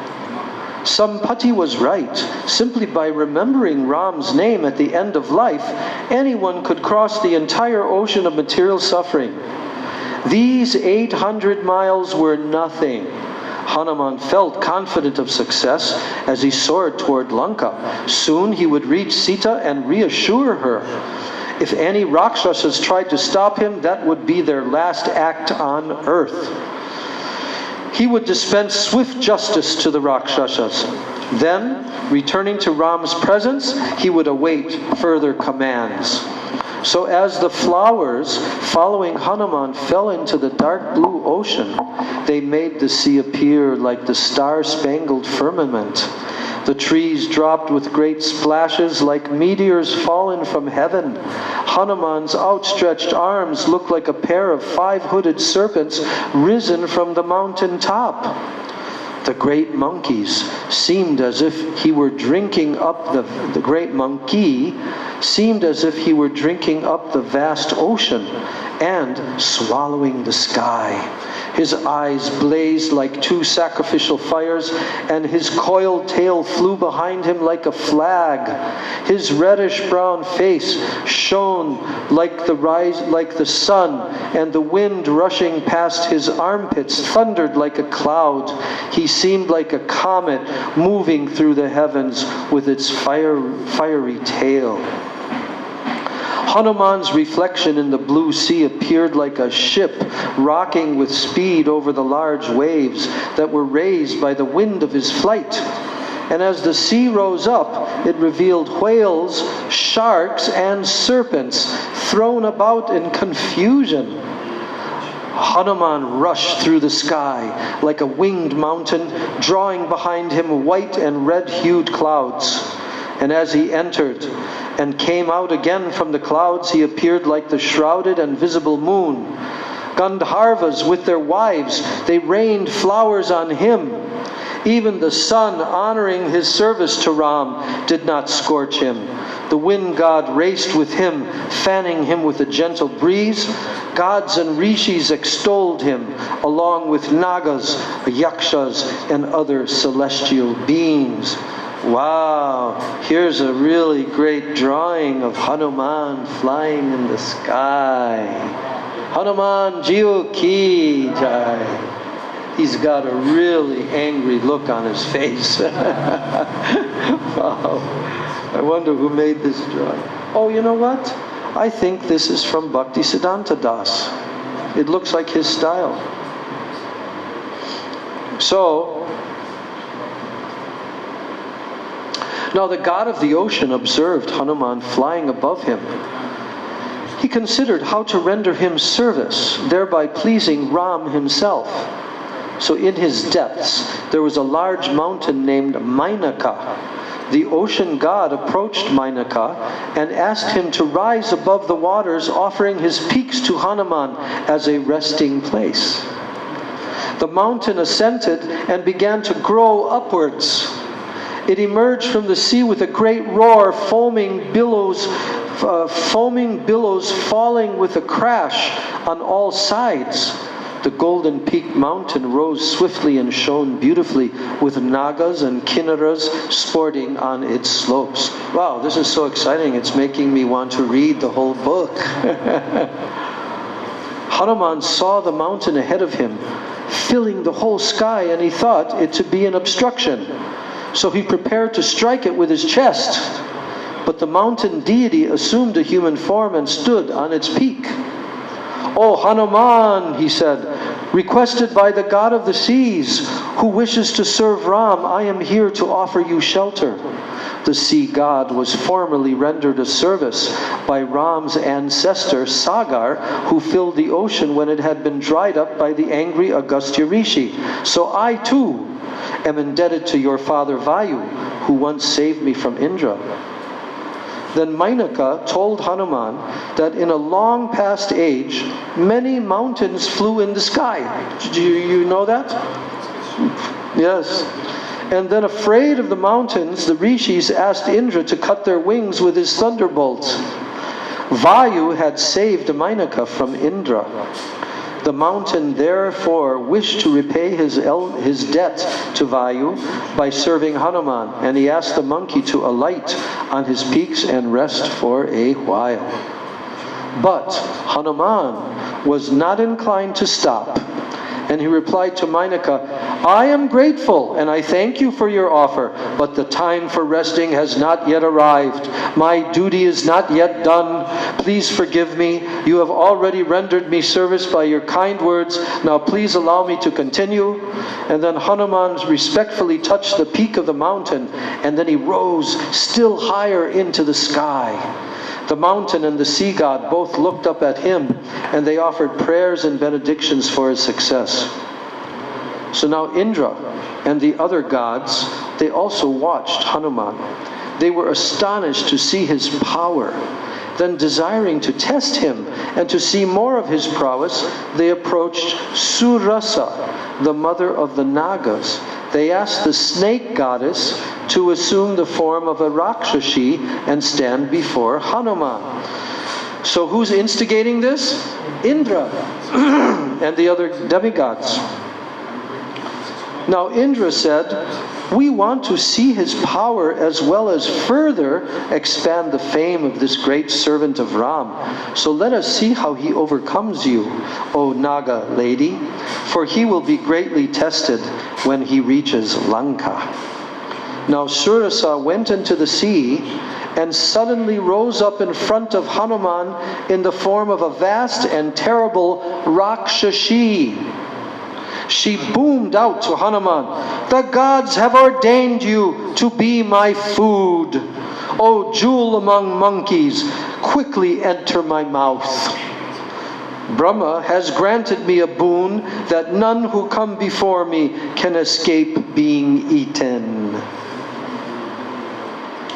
Surasa opened her cavernous mouth, which was set with rows of fierce teeth. Then Hanuman smiled, and he said to the Naga goddess, I am on a mission to serve Ram, the Lord of creation. You should not impede me. If I must be eaten by you, then pray, wait here. Once I have completed my duty, I shall doubtlessly return, and you may devour me then as you please.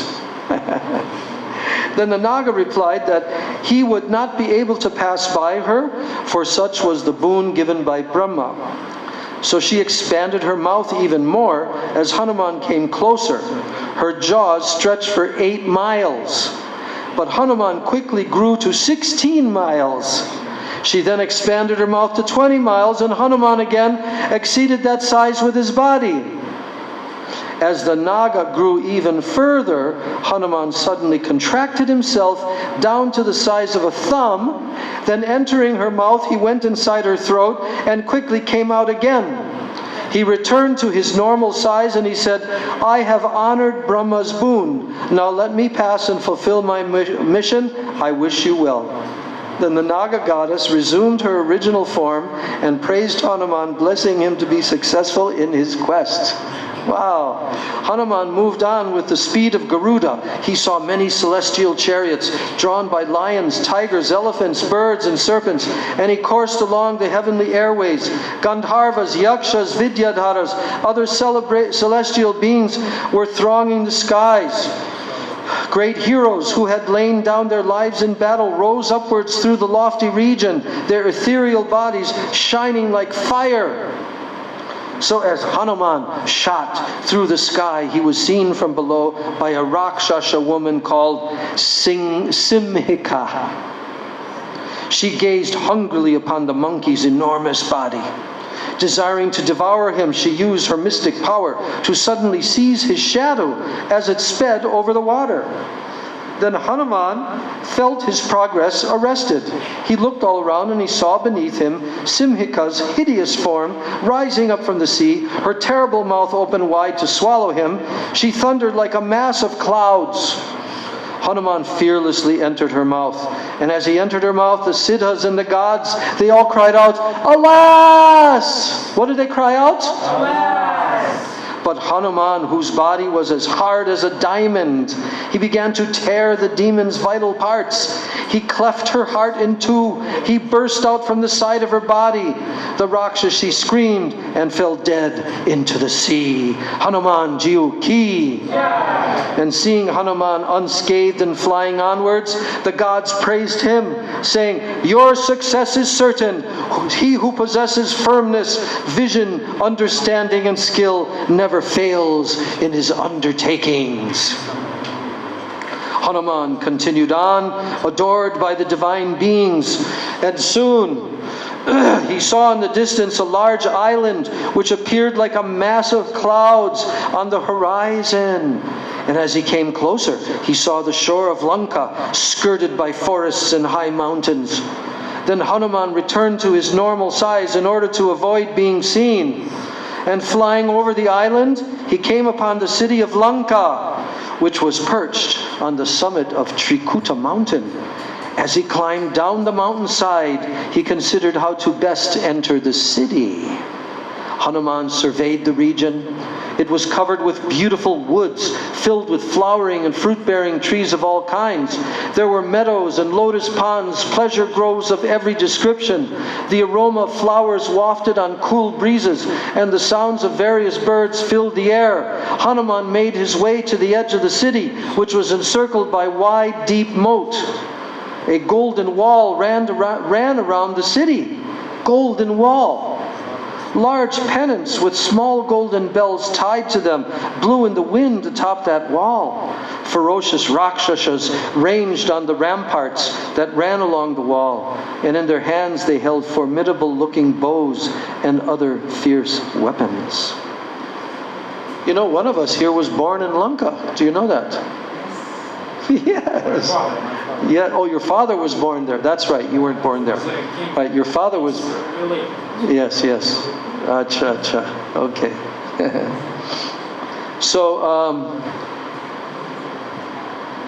So behind the wall, Hanuman could see lofty mansions and palaces, some golden, and others as white as the moon. But you know who else was actually born in Lanka? Tapasvi Maharaj. Yep, he's born in Lanka. Did you know that? I didn't know that until 2 years ago also. He's born in Lanka. Yeah. So Hanuman, he could see these gigantic lofty mansions and palaces, and some golden colored, others were white as the moon. So he climbed a high tree and he gazed upon the city. Hundreds of tall and impressive buildings ran along elevated white tiled roads, and in front of them were many wonderful golden archways adorned with flowering creepers. And the city gave off a roaring sound and appeared like the capital of the gods. To Hanuman it seemed to be sailing in the air. Lanka, which had been constructed by the celestial architect Vishwakarma. It was inconceivably splendid, and it awed Hanuman's mind. Now, reaching the northern gate, Hanuman sat in thought. He looked upon Lanka, which was guarded by innumerable gallant and terrible Rakshasas, as one might view a cave full of venomous serpents. So as he gazed up at the high wall, Hanuman reflected, how would the monkeys ever overpower this city? So for a start, only he, Sugriva, Angada, and Nila, the monkey general, could even cross the ocean and reach there. So then they would only be 4 against an uncountable horde of Rakshasas headed by the invincible Ravana himself. What would they do? So Hanuman decided to first find Sita and to ensure that she was safe. After that, those were his instructions. Then he could consider further action. After all, those were his instructions. So then he could consider further action.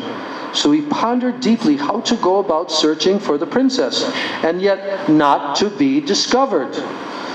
So having taken such a great leap over the ocean, he did not want to fail now. So it would be best to enter Lanka under the cover of darkness in an inconspicuous form. Hanuman decided to wait until sunset and enter the city as a very small monkey. Going from house to house, he would locate Sita, and then he would decide how to approach her.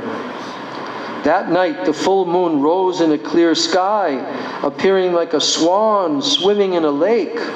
Hanuman stood up, ready to enter the city. As he approached the wall, however, the presiding deity of Lanka came before him. She was fierce and ugly, and she gave out a horrible yell. In a discordant voice, she asked Hanuman, "Who are you? Trying to covertly enter this city? You shall never be allowed to pass by me, O monkey." Hanuman cared little for the Rakshasa goddess. He did not reveal his name, but rather asked her to first identify herself. She replied in harsh tones that she was Ravana's servant.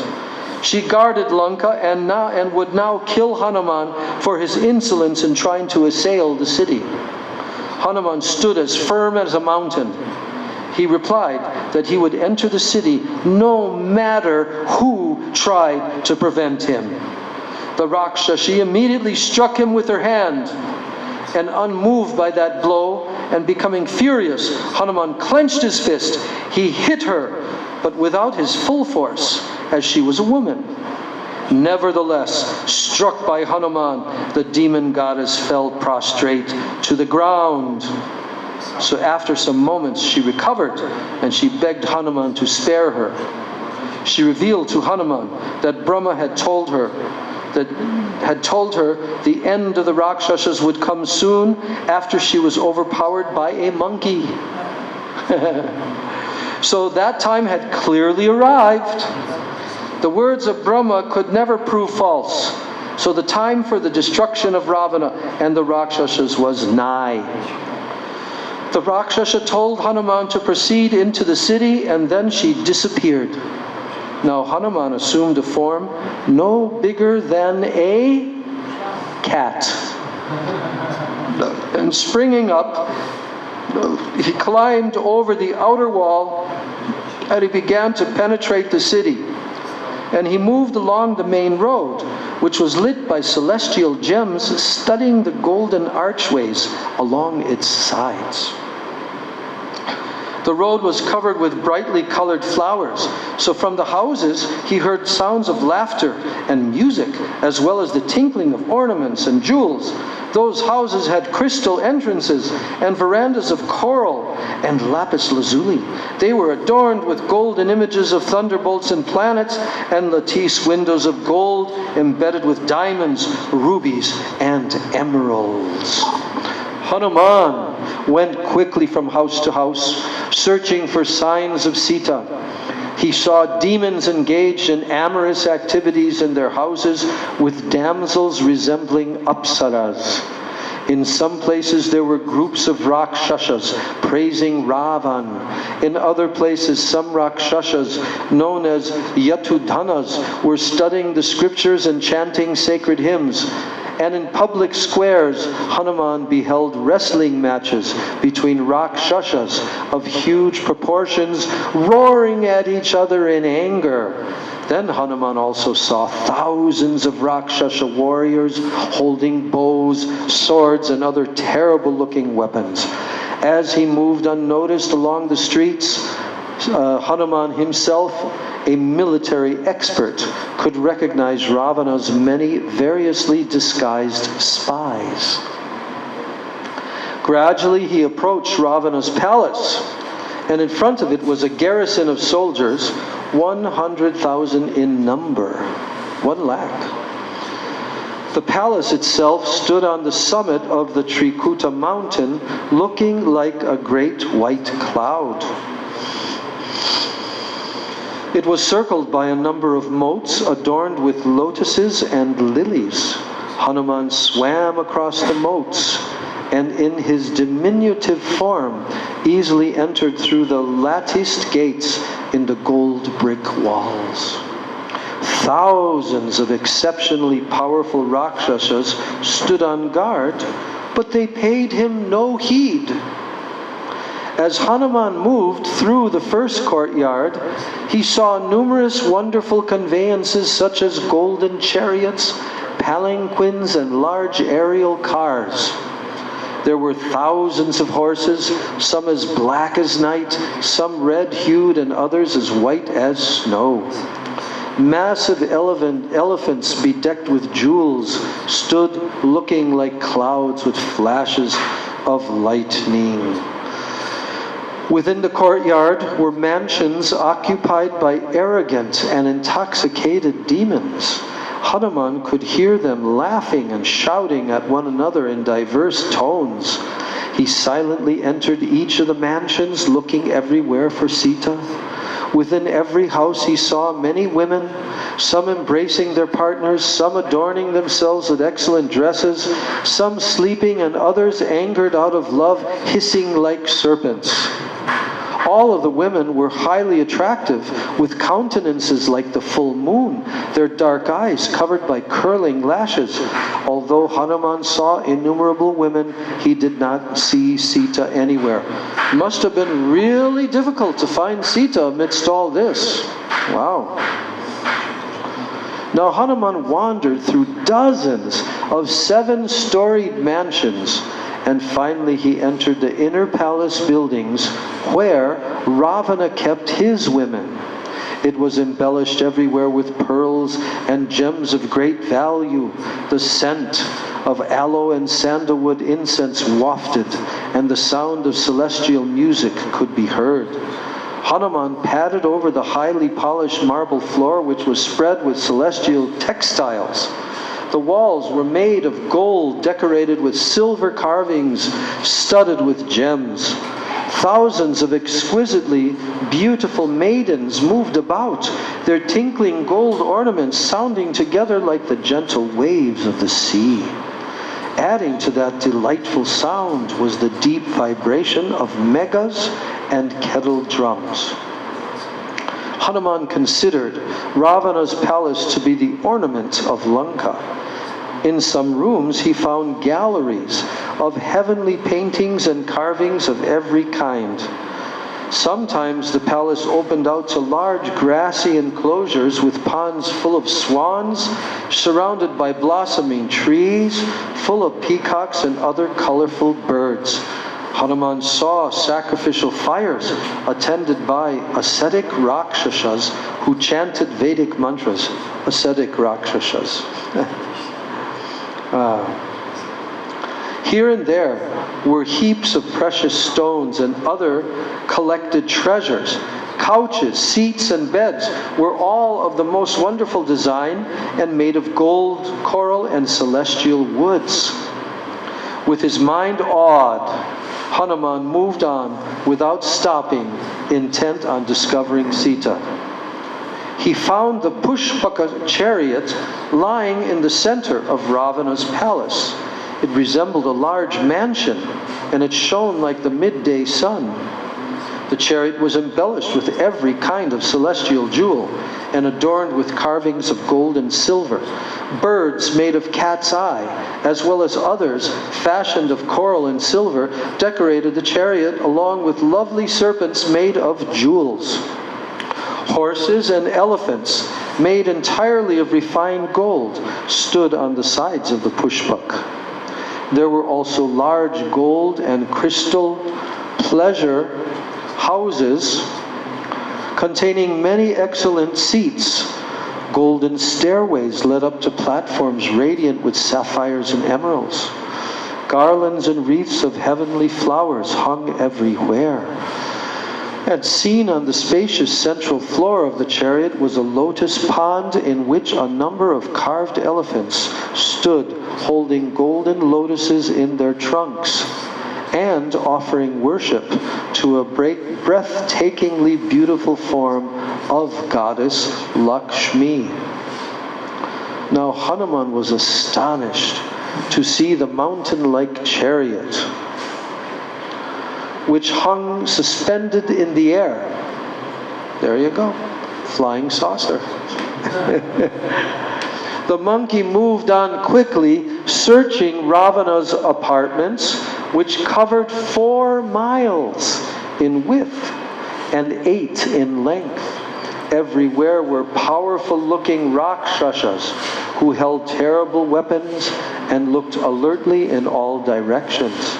By his powers of illusion, Hanuman kept himself invisible to all the guards. He then entered Ravana's personal bedchambers. Whoa, that's pretty bold. Its floor was covered with slabs of crystal inlaid with figures made of ivory, pearls, diamonds, coral, silver, and gold. Large pillars of gems rose up to the roof, which was studded with innumerable jewels and looked like the star-spangled sky at night.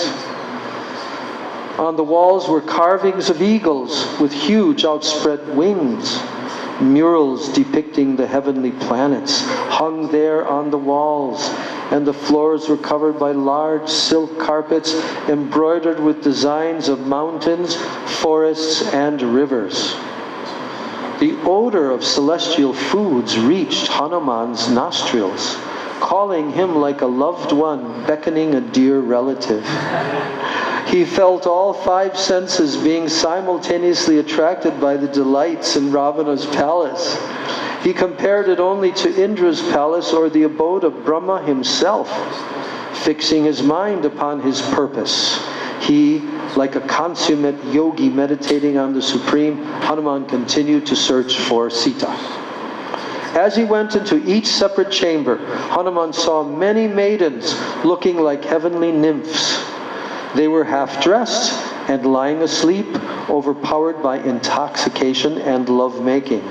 Adorned with jeweled girdles and anklets, they emitted a fragrance like lotus flowers. Their large lips, red like copper, parted slightly, showing rows of teeth that resembled pearls. Crushed garlands lay here and there, along with discarded silk raiments. The delicate-limbed ladies lay with their clothes and necklaces thrown about, and other ornaments fallen to the floor by their beds. With their large, dark-lashed eyes closed, they looked like lotuses with their petals closed at night. To Hanuman, they appeared like a number of brilliant meteors, fallen from heaven and united there in Ravana's chambers. Although Ravana's wives, who were daughters of Gandharvas, of rishis, and powerful demons, they were beautiful beyond compare. Hanuman considered them nothing in comparison to Sita. His mind did not waver even slightly from his mission upon seeing them. As he went by the sleeping maidens, he came to a prominent dais made of crystal and bedecked with precious stones. It appeared like a celestial structure with a large gold and ivory couch placed on it, and over the top of the brilliant couch hung a white canopy wreathed with garlands of lotuses and red ashok flowers. Lying there, fast asleep, was who? Ravana himself. So Hanuman saw that he was extremely handsome, with a complexion like a dark cloud. He was adorned with bright flashing earrings, clad in robes of gold and crimson. His limbs were smeared with red sandal paste. He resembled a cloud reddened by the sunset and lit by flashes of lightning.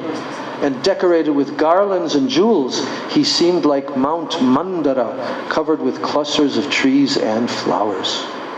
Hanuman looked with disgust upon the great demon who lay snoring like an elephant. He shrank back. He gazed upon the demon from a distance. Ravan was only displaying one of his 10 heads and 2 of his arms. So to Hanuman, those arms appeared to be a couple of large 5-hooded serpents lying asleep in a cave on Mount Mandara. They were well-muscled and as thick as tree trunks, scarred from the many battles Ravana had fought with the gods. On his head, Ravana wore a brilliant diadem, and around his neck hung a string of pearls and gold chains. As the demon breathed out, the odor of liquor mixed with mango and nutmeg filled the room.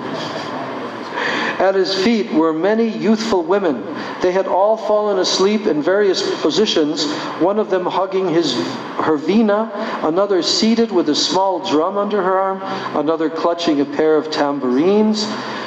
Next to Ravana on the couch was a lady of astounding beauty, golden complexioned, with exquisitely formed limbs decorated with the best of jewels.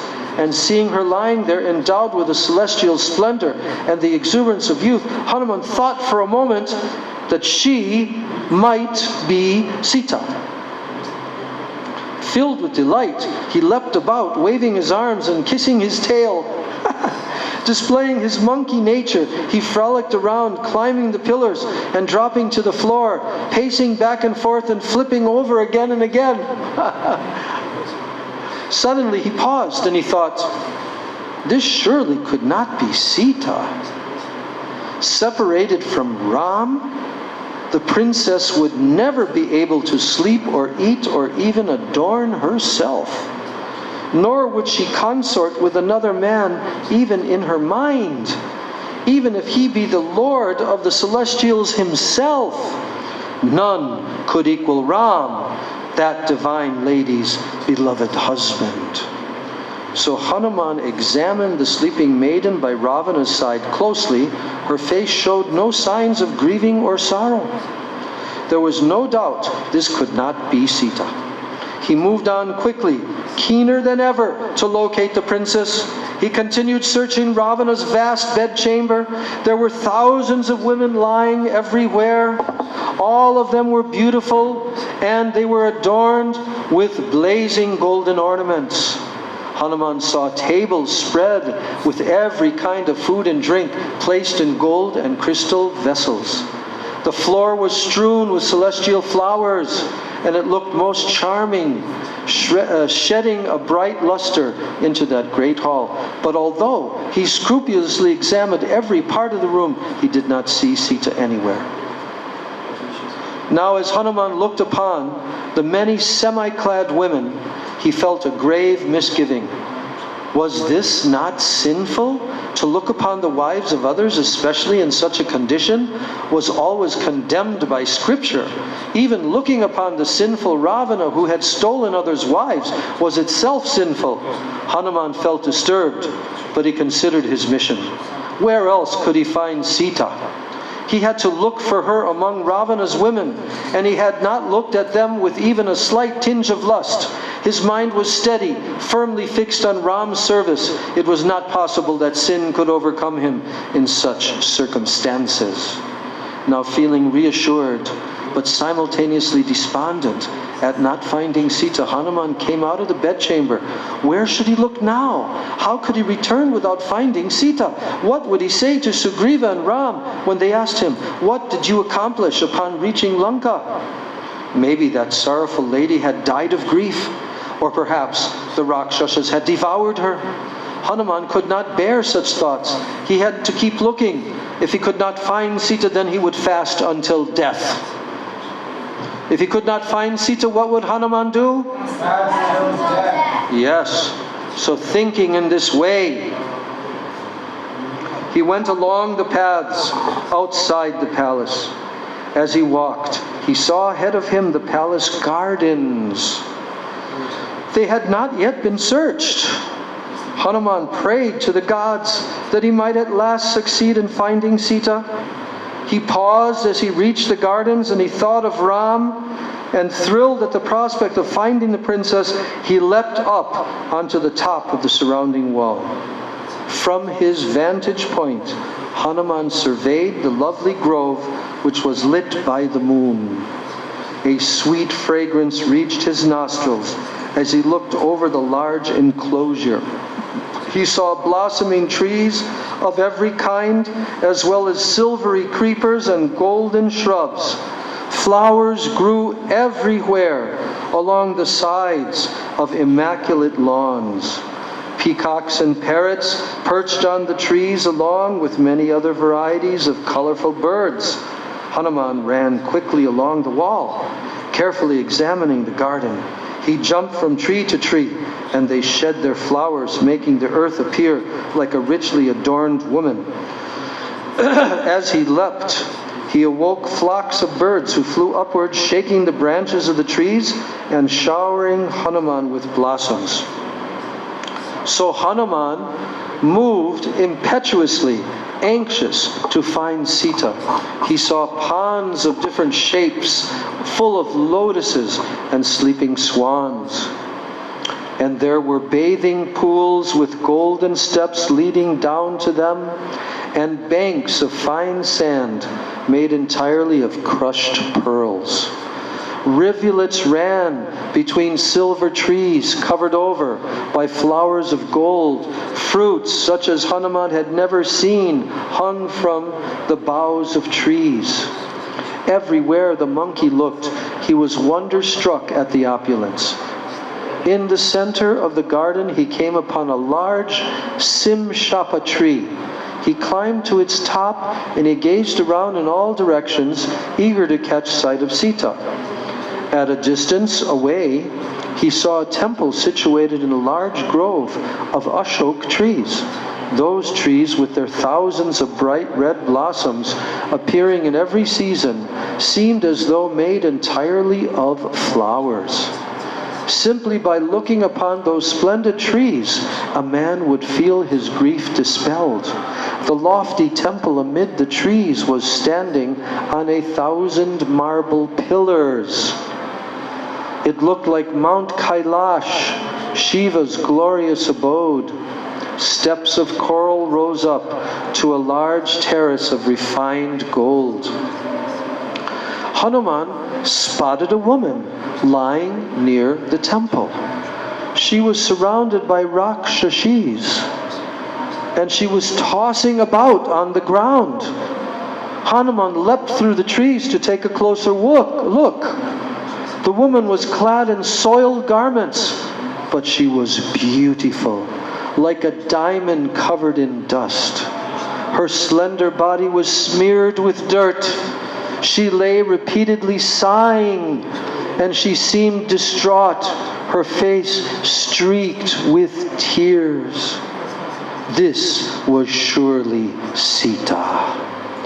Hanuman felt his heart leap with joy, but it was agony to see her in such a wretched condition, appearing in every way like the eclipsed moon. Although fallen to the ground and weeping, she spread about her a golden luster. Enmeshed in a mighty web of grief, she seemed like a flame intertwined by smoke. Her dark eyes, with their long black lashes, darted about helplessly like those of a fawn snared by a hunter. Hanuman gazed upon her. He recognized the celestial yellow garment he had seen waving in the breeze when Ravana had passed over the Rishyamukha. This was undoubtedly the lady seized by that demon. The monkey gazed with sorrow at the princess. How powerful and inscrutable was destiny. Sita was the daughter of a king and the wife of an invincible hero, yet she was now suffering torment. She was gentle, kind, and always virtuous, undeserving of any pain. How then had she been placed in such terrible circumstances? It was inconceivable. Now Hanuman thought of Ram. How could he now best fulfill his Lord's purpose? Sita was difficult to approach because she was surrounded by hundreds of fierce rakshashis. Hanuman examined them carefully. All of the Rakshashis were ugly and grossly misshapen. Some had one eye in their foreheads. Others had huge ears that covered their bodies. Some had heads like boars, tigers, buffaloes, goats, deer, or foxes. Some had their heads sunk into their chests. They were all sizes, some very tall, other dwarf hunchbacks. Some had the legs and feet of elephants, camels, or horses. Some had abnormally long and twisted noses. Some had large pointed ears or fierce lion-like teeth. Others had hair down to their feet and hands with claws. Did you ever hear descriptions of Rakshasas like that? Whoa! You didn't hear that in your children's books, did you? No, Maharaj, we didn't hear it. Yeah. So the sight of the Rakshasas made one's hairs stand on end. They clutched various types of weapons, and they stood or sat about Sita, watching in all directions. And in their midst, the noble princess seemed like the moon besieged by malevolent planets. Hanuman thought carefully. He remained hiding among the boughs of the tree. Dawn was approaching and the sky to the east was beginning to lighten. So just at that time, Ravana was being awakened. Musical instruments were played and the poets sang his glories. The demon rose up with his hair and garments in disarray, still intoxicated by the strong liquors he had drunk the night before. Immediately he thought of Sita. Quickly arranging his dress and adorning himself with every kind of ornament, Ravana went out of his rooms towards the gardens and made his way hastily to the Ashok grove. And behind him came 100 beautiful maidens, their large hips and breasts swaying as they struggled to keep up with him. They carried whisks with golden handles, oil torches, pitchers of wine, and pure white umbrellas. Their gold ornaments jangled together and flowers fell from their hair and their garlands as they ran. Moving behind the demon, they appeared like flashes of lightning following a cloud. Although he possessed great power, the evil-minded Ravana was a slave to his lusty desires. With his mind fixed upon Sita, he passed through the golden gem-encrusted arches at the entrance to the Ashok grove. In a god-like human form, he headed straight for the place where Sita lay, longing to get another sight of the divine princess. As he walked, he composed poetic phrases in his mind to win Sita over. Now Hanuman, concealed in his tree, he heard the tinkling of ankle bells approaching. He looked around and he saw Ravan making his way along the path, illumined on all sides by bright torches. The demon moved quickly with his slanted coppery eyes staring straight ahead. He was adjusting his upper garment of pure white silk, embellished with flowers and pearls. Preoccupied with his thoughts of Sita, he got his golden armlet entangled with his necklace of shining jewels, and he struggled to release it as he strode along the path.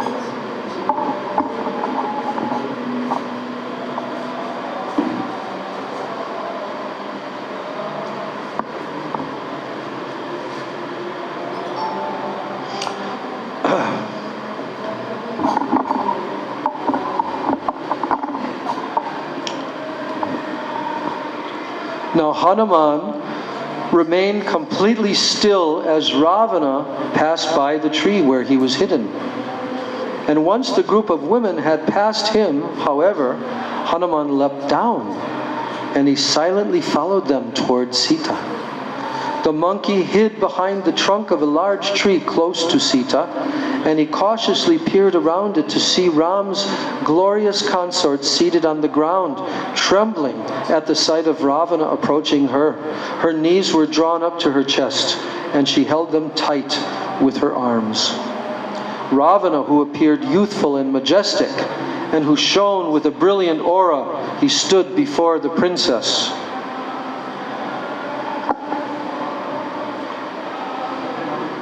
She looked miserable and stricken like a rose creeper torn from a tree and thrown to the ground. She appeared like a shattered faith, or a frustrated hope, or an abandoned treasure. She was covered with dirt, yet charming as a pure white lotus stained with mud. Weeping incessantly, she tossed about on the bare earth, her mind absorbed in thoughts of Ram. The Rakshasa king sought to seduce her as a fool would walk heedlessly toward a steep precipice. He gazed down at the forlorn Sita, who did not even glance up at him. With her palms folded, she prayed to Vishnu that he might soon bring Ram to her presence. Then Ravana said, "O most splendid jewel among women, do not be afraid of me. I am here only to render you service. Why do you lie here in a wretched condition? Rise up and enjoy with me. I shall provide you with pleasures only the gods know." Then Sita turned her face away in contempt, her body racked by sobs. Ravana had tried to win her over each day since her taking her captive, but his attempts sickened her. She longed for the day when Ram would come and destroy the demon. Surely that time would soon come. She did not feel that she could take much more of Ravana's torment. Sita's resistance only made Ravana's desire for her the more insistent. He stared at her incomparably beautiful form. Even though she had been fasting and had not washed since he had kidnapped her, she was still far more lovely than any of his consorts. Indeed, if it were not for Nalakuvera's curse. Nalakuvera's curse. ... The demon folded his hands in supplication. "What will you gain by lying here grieving? Your youth is passing swiftly and will soon be gone. Enjoy with me now while you can. There are none in the universe who can compare with me in virility and power. You are the finest of all women. I believe that after creating you, the celebrated Brahma must have retired, seeing his work to have reached perfection." Ravana offered her the position of his principal queen. By the way, do you know what Nalakuvera's curse was to Ravana? That he could not what? He couldn't force himself on any woman. Right. He could not force himself, otherwise finished. So therefore he had to plead with her. He had to somehow or other convince her. Now, Sita had I forget who gave it to her. Sita had a boon, benediction, that she would never dwindle in her health. She would always remain healthy. So she was there with Rama for a year. Not even eating anything. She never ate anything. Right. Because of this boon of I forget which reason. She had clothing that allowed her to What did she have? I can't hear. clothing. Yeah. That what?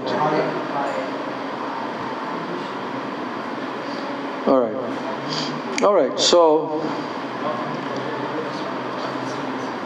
then Ravana offered her the position of what? His principal queen. Like as if that would convince her. He would subjugate the entire world and offer it to her father Janak. He had already conquered the gods in heaven, and now he stood unchallenged as the most powerful person in the universe. What could Ram do against him? Sita should stop thinking of her puny prince who was clad in rags and lived in a lonely forest. Perhaps Ravana suggested Ram had already died even. There was no chance that she would ever see him again. And even if he should somehow find his way to Lanka, he would be immediately destroyed by Ravana, standing at the head of an unlimited number of invincible Rakshasas. Now the demon went on, his voice rising and falling melodiously, as he implored Sita, "Become my wife, O most beloved one, and enjoy life.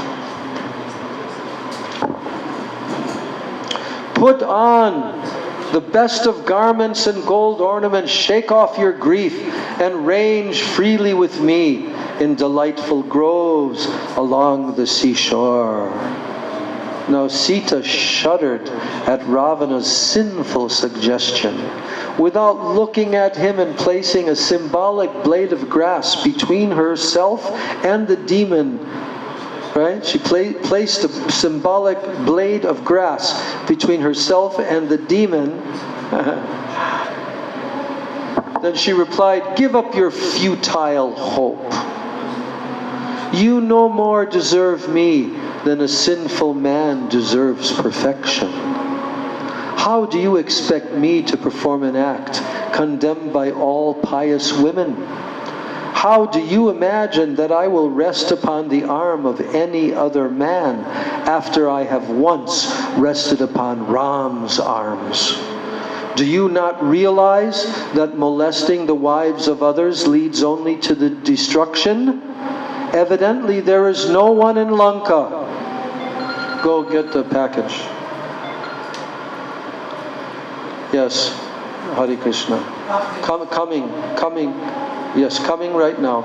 Okay.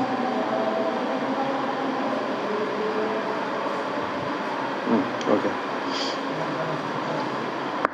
So, she said, evidently there is no one in Lanka who knows morality, or perhaps you have become so degraded that you are simply unable to heed good advice. Now, Ravana snorted in anger. He clenched and unclenched his fists. There seemed to be no way of winning this woman. His eyes remained fixed upon her as she continued without looking at him.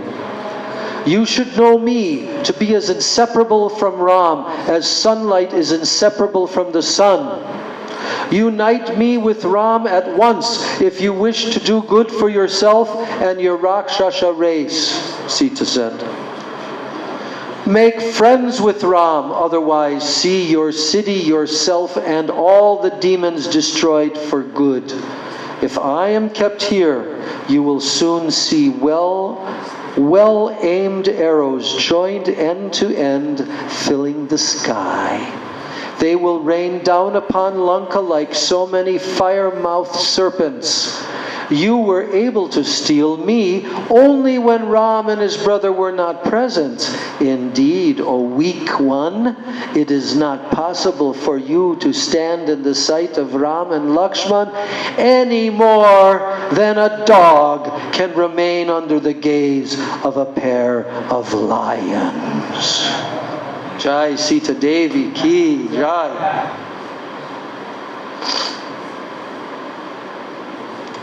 Sita rebuked Ravana further.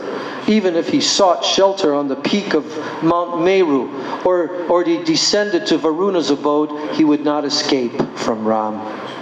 By his wicked act of stealing Sita, he was already killed by his own destiny. So Ram would be the instrument to fulfill that fate. And with the evil Ravana remaining their leader, the Rakshasa race would be destroyed to their roots.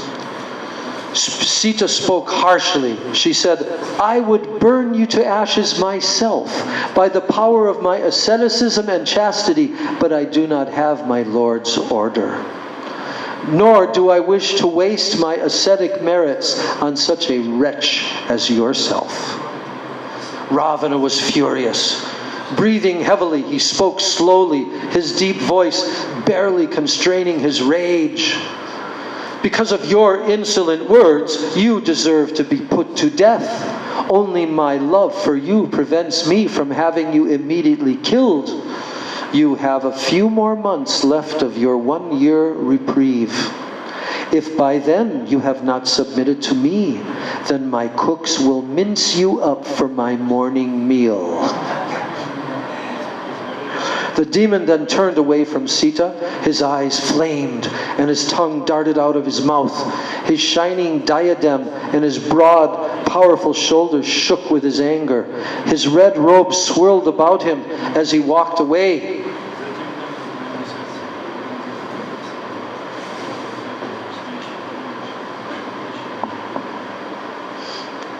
And his large reddish gold earrings swung back and forth. With his dark blue waistcloth, he appeared like a mountain topped with crimson oxide and lit by lightning bolts. As he left the grove, he turned to the Rakshasas and told them, "Use whatever means you can to change this princess's mind. By soft words, coercion, and threats, force her to submit. Dissuade her from thoughts of Ram and convince her to accept me. This will be in your own interests, O Rakshashis." And with a roar of frustration, Ravana left the garden, his heavy footfalls receding into the distance. As Hanuman continued to watch, the fierce Rakshashis began to harass Sita, asking in rasping and grating voices why she was reluctant to accept Ravana as her lord. The Rakshasa king was the son of a great rishi. He had vanquished the 33 principal gods in battle. Even Indra could not stand before him. Now that very Ravana was bowing at her feet, begging for her favor. He was prepared to renounce his principal consort, the chaste and beautiful Mandodari, for Sita's sake. So numerous Rakshashis cajoled Sita in various ways. They told her to stop pining foolishly for Ram, who was a mere human. Of what consequence was Ram when compared to Ravana? So she obviously had no idea which was best for her. Sita turned away from the Rakshashis.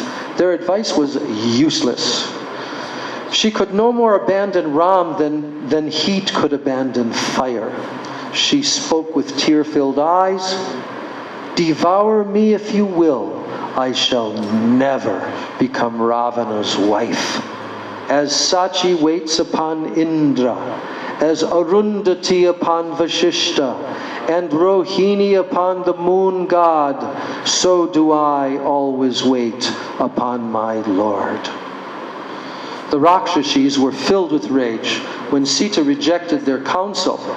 They resorted to harsh and threatening language, licking their protruding lips with their dart-like tongues. They raised their axes and weapons at Sita. Sita stood up and walked toward the tree where Hanuman was hiding. And with a group of Rakshashis surrounding and intimidating her, seeing her approach, the monkey quickly climbed up into the branches of the tree. And as he looked down from the tree, he saw Sita severely afflicted by her Rakshasi guards. They spoke fiercely. They said, "Submit to Ravana, O princess, or this very day I shall tear out your heart and eat it." Then brandishing a huge dart, one Rakshasi said, "For a long time I have wanted to feast on your liver and spleen, as well as your swollen breasts and indeed all your limbs." Hanuman burned with anger. He felt the impulse to leap down amid the Rakshashis and immediately thrash them, but he restrained himself, intelligently waiting for an opportunity to first speak with Sita. If he revealed himself now, there would be chaos, and the chance to reassure Sita would be lost. So, continuously tormented, Sita fell to the ground, weeping. She cried out to the Rakshashis, "A human woman is not fit to be the wife of the Rakshasa king. Therefore finish me now, Rakshashis, end my misery." Sita embraced the tree, calling out Ram's name. Her face was pale and she shook with sobs. As she tossed her head about, and her long braid of hair writhed like a black snake, she wondered what kind of sin she must have committed in her past life that she must now endure this suffering. If it were not for her longing to again see Ram, she would have ended her own life. So how could she endure another visit from Ravana? Sita turned to the Rakshashis who were still threatening her as she lay clutching the tree. O wicked ones, I would not touch Ravana even with my left foot. That evil one should understand it now. I would not go to him even under threat of being transfixed, hacked to pieces, roasted in fire, or hurled down from mountain peaks. The princess thought continuously of Ram. Why had he not come to rescue her? Surely he had not abandoned her. Perhaps he did not know where she was. But Jatayu must have told him, or maybe the bird died before getting the chance. So if Ram knew her to be in Lanka, then without doubt he would have reduced the city to ashes by now. The ocean would present no problem. Ram's fiery arrows would dry it up in an instant. But what if Ram had perished from grief, being unable to find her? Lakshman would also die, seeing his brother gone. And maybe after losing her, Ram had practiced yoga and become detached from worldly things such as love for his wife. But that could not be possible in one like Ram. He would never become detached from his duty. Protecting one's wife was always the duty of pious men. Sita lamented, thinking only of her husband. She envied the perfect mystics who had transcended the dualities of happiness and distress. For them, the loss of relatives did not cause any sorrow, nor did they long for any pleasing thing. If only she could experience their peace. As she lay absorbed in such thoughts, a Rakshashi named Trijata stepped forward and restrained her companions. She had just risen from sleep, and she told them of a dream she had experienced. What's her name? Yes. She said, I saw a shining personality who was surely Ram, mounted upon a celestial chariot drawn by 1,000 horses and coursing through the air. He was united with Sita. The couple wore white robes and white garlands and were ablaze with splendor. I saw also Ravana, robed in black with a red garland and sitting on a chariot drawn by asses. Trijata described her dream in detail. Ravana had entered a fearful darkness, his body smeared with excrement. She saw all of Ravana's sons and ministers with their heads shaved and their bodies bathed with oil. She saw Lanka being set alight by an agile monkey, and all of the Rakshasas disappearing into a pool of cow dung. The Rakshasas knew the science of interpreting dreams. It seemed from Trijata's dream that a great calamity was about to befall Ravana. Sita was bereaved by Trijata. She sat up, and as she did so, she felt her left eye throbbing and her left arm palpitating. This was an auspicious omen. That omen, along with Trijata's dream, gave Sita hope. She felt that Ram must surely be near. The Rakshashis fell away from her, some of them running to report to Ravana. So in the tree, Hanuman considered what to do next. He wanted to comfort Sita and give her Ram's ring, but he was not sure how to approach her. She would likely think him to be Ravana in disguise, using sorcery to trick her. She might cry out and alert the Rakshasas. What then? He could be killed or captured. How would Ram's purpose be served if that happened? What other monkey could leap across the ocean and return? So Hanuman thought carefully. He decided to remain in the tree and sing praises of Ram so that Sita could hear. The Rakshasi had moved away to a distance, and they would not notice Hanuman started to speak out loud. And he said, "In the city of Ayodhya there lived a great ruler named Dasarath.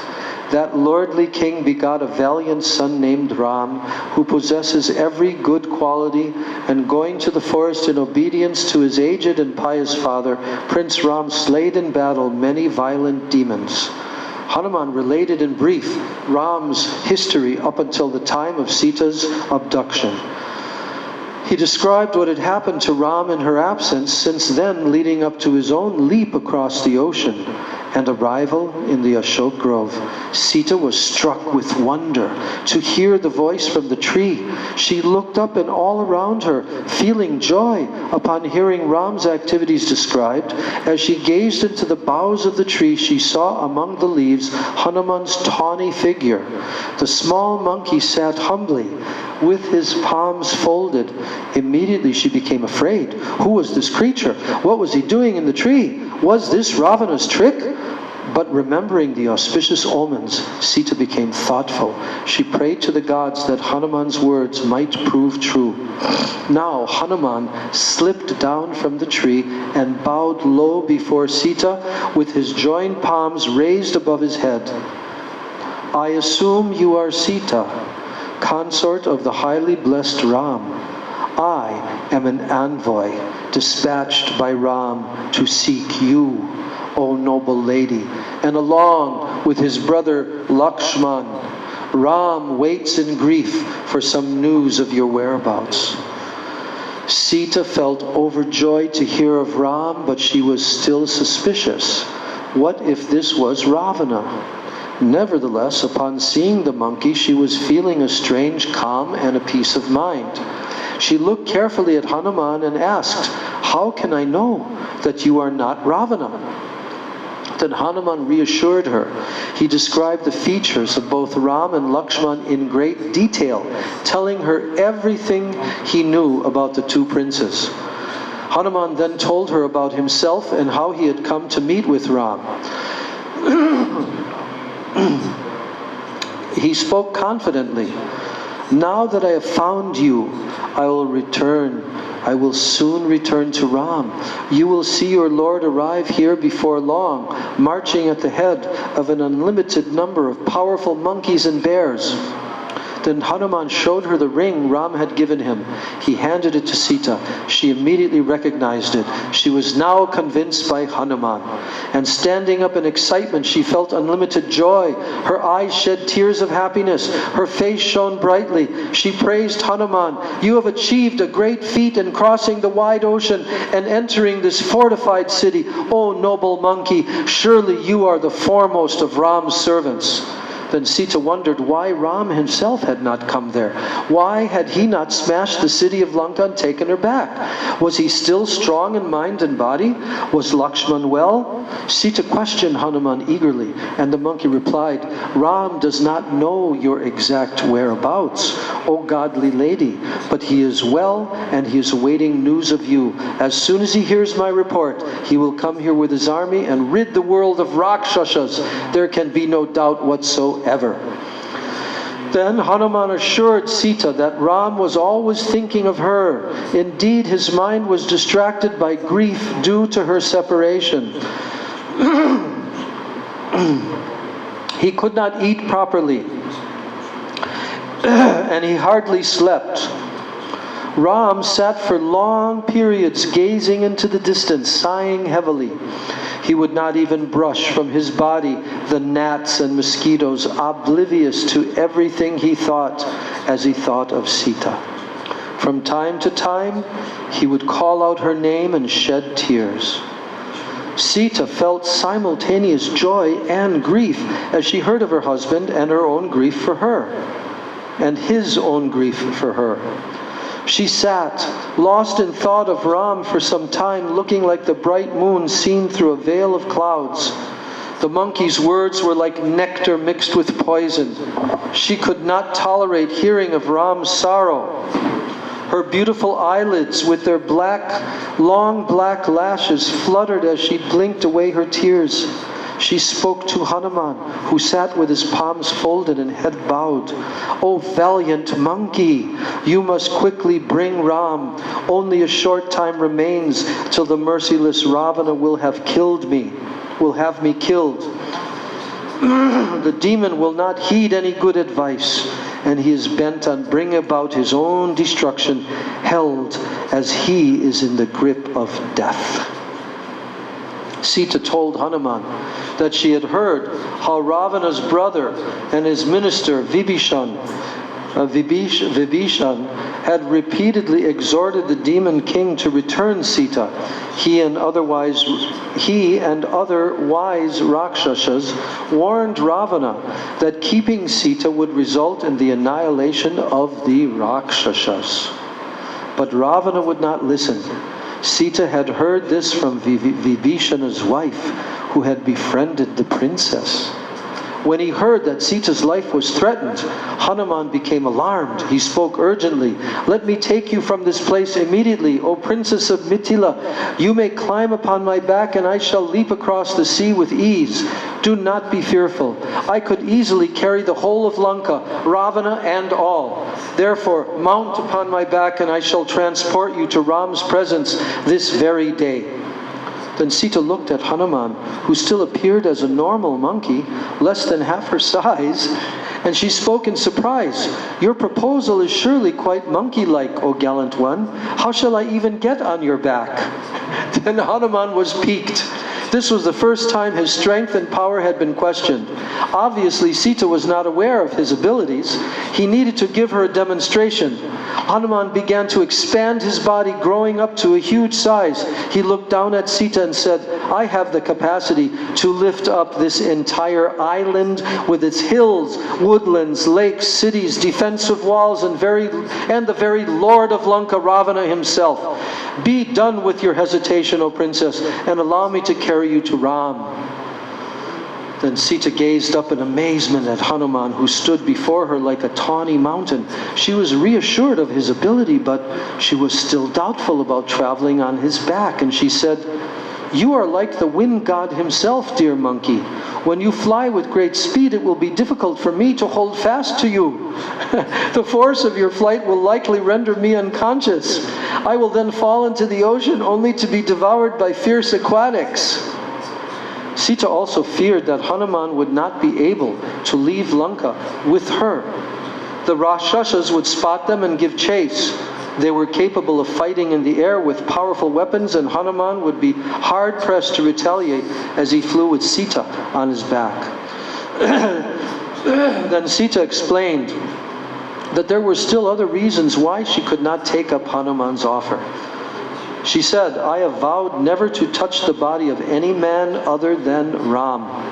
I am already mortified due to being grasped by the sinful Ravana. I could not voluntarily touch another man, nor could I allow anyone other than Ram to rescue me, thereby diminishing Ram's fame. I therefore prefer to wait for my Lord, confident that he will soon arrive." Then Hanuman nodded in assent to Sita's words. She was right. It would not be possible for her to cling to him while he flew swiftly back. And he respected her chastity, which was without comparison in the world. And remembering his normal size, he said, "I shall now go back." Resuming his normal size, he said, "I shall now go back to Ram. Please give me some token so that he will know and that I have actually met with you." Did you bring the containers? It's gone. Okay.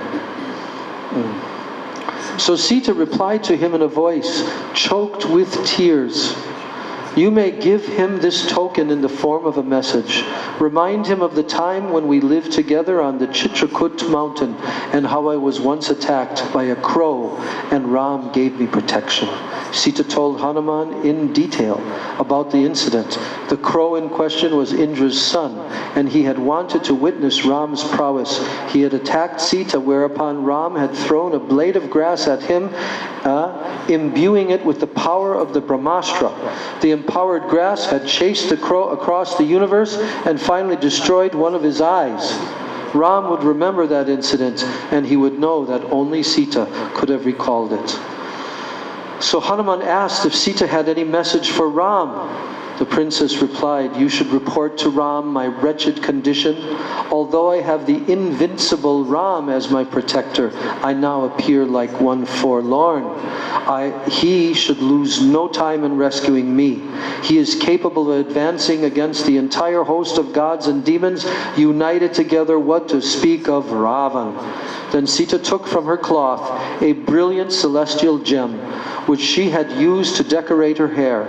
Handing the yellow jewel to Hanuman, she said, "Give this gem to Ram and say to him, even as Vishnu rescued the goddess Earth from the depths of the ocean, you should descend into the midst of the Rakshasas and save me. O monkey, deliver this message to my Lord." Then Hanuman took the jewel and he bowed low to Sita. It was time to leave. But he wanted first to test the Rakshasa strength. Now that he had actually penetrated into Lanka, he saw his opportunity. If he could incite the Rakshasas to fight with him, it would give him some idea of their force and power. And besides that, Hanuman wanted to do some damage to the demon forces before he left. So thinking this way, Hanuman, still in a vast form, he began ripping up the trees and the bushes in the gardens. He tore down the walls and the archways, and he hurled them into the ponds. Moving like a tempest, roaring all the while, the Vanara created havoc in the grove. He took up a huge iron bar, and he stood at the entrance to the garden, eagerly awaiting the arrival of Rakshasa troops. The inhabitants of Ravana's palace were terrified to hear Hanuman's roar, along with the crash of trees and the cries of frightened animals. The Rakshashis, who had been buried in sleep, woke with a start. They saw Hanuman standing at the gate of the garden with a towering hill, like a towering hill. Some of them had already noticed that Sita was speaking to a monkey, and they questioned her about his identity. "How should I know anything about this wonderful being?" she replied. "You are the one skilled in sorcery and magic. Why then can you not ascertain for yourselves the nature of this creature?" Some of the Rakshasas ran in fear to Ravana. They reported to him that the monkey had entirely destroyed the beautiful gardens, leaving only the large Simshapa tree under which Sita lay. Ravana flared up, his eyes blazed, and hot tears fell from them like drops of burning oil from a lamp. He thought for a moment, this attacker was probably a powerful emissary of the gods, or even Vishnu. No one else would dare assail Lanka. Ravana ordered a select band of Rakshasa warriors, the Kinkaras, to capture Hanuman. 80,000 of them immediately gathered and left for the garden. The massive Rakshasas were endowed with extraordinary might. They had large teeth and held fierce weapons. They rushed in a body toward the Ashok grove, keen to lay hold of Hanuman. And seeing the colossal monkey, they darted at him like moths toward a flame. They attacked Hanuman with their sharp-edged spears, maces, clubs, iron pikes, and scimitars, surrounding him and shouting loudly. Waves of arrows sped toward Hanuman, rushing through the air and sounding like a roaring gale. Hanuman assumed an even larger form. He lashed the ground with his tail, and he uttered a great cry, "Victory to Ram and Lakshman!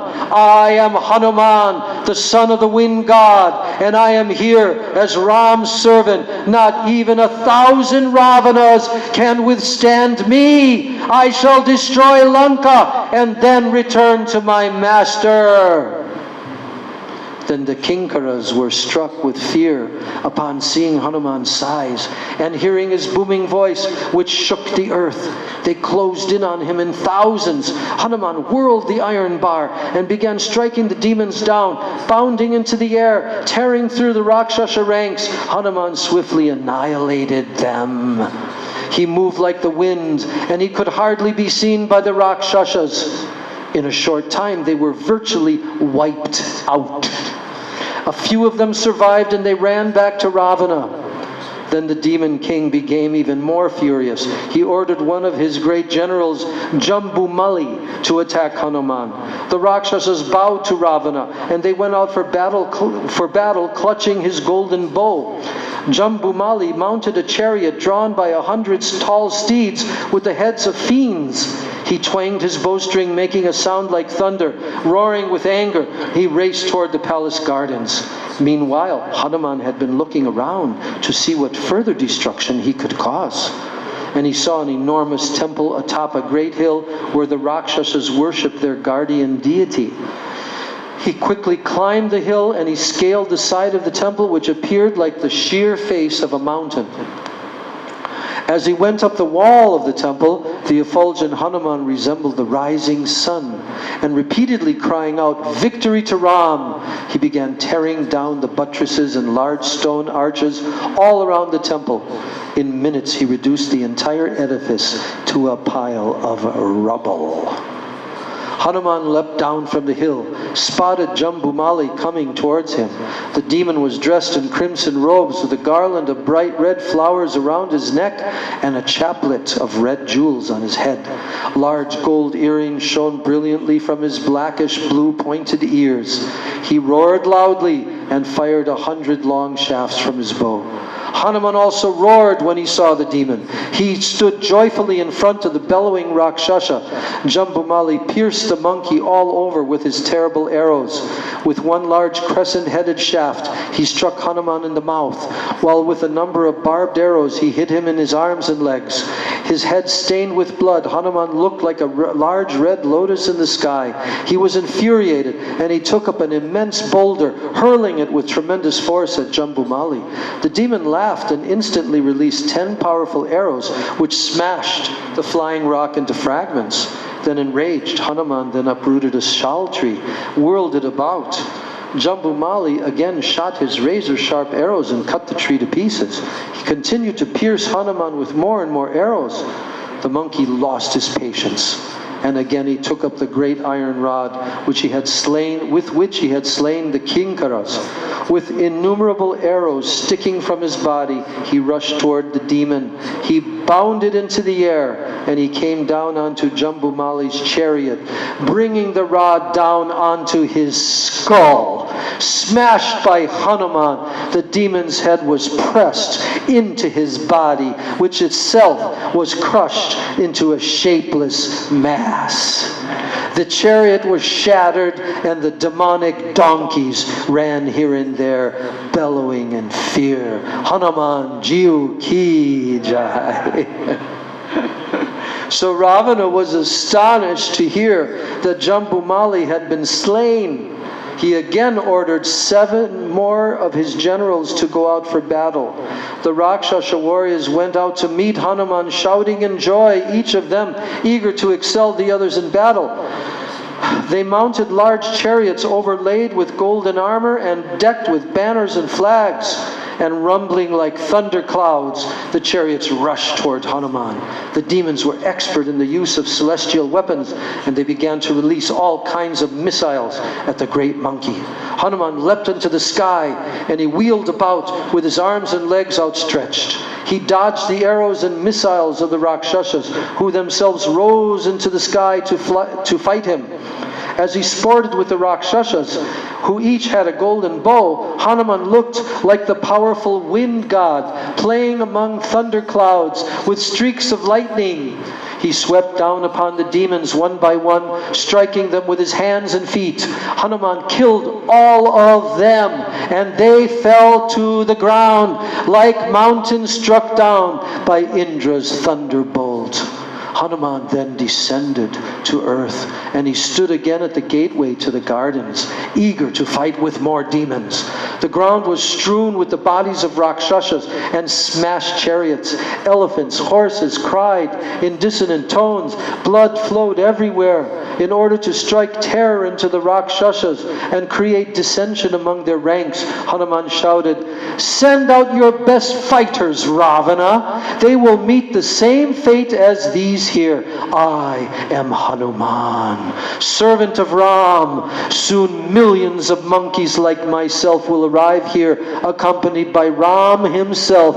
What use is your fighting? Release Sita now and restore her to Ram. So Ravana decided that Hanuman could not possibly be a monkey.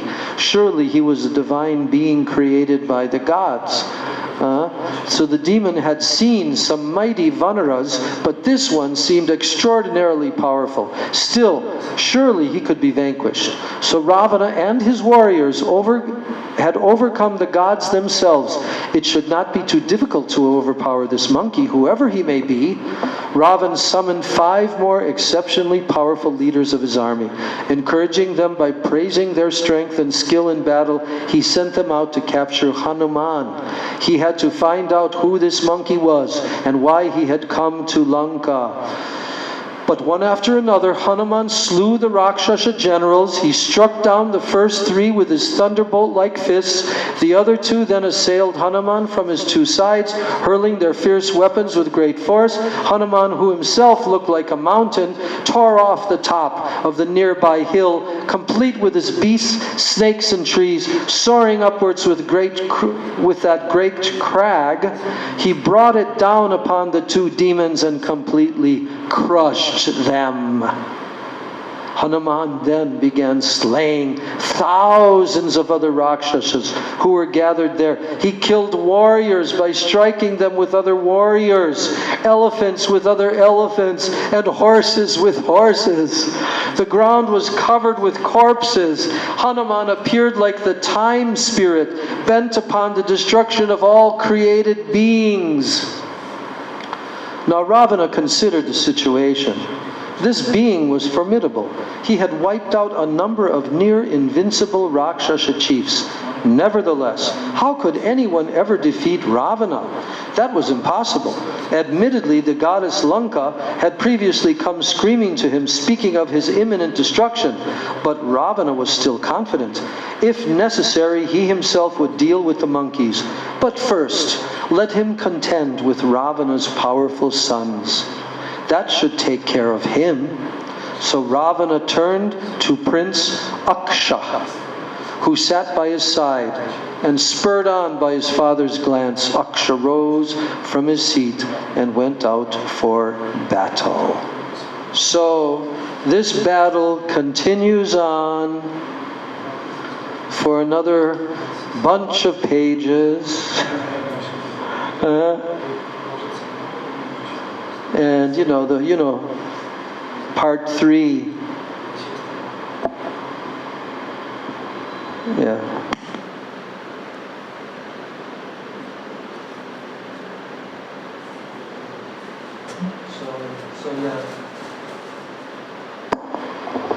So it tells about Hanuman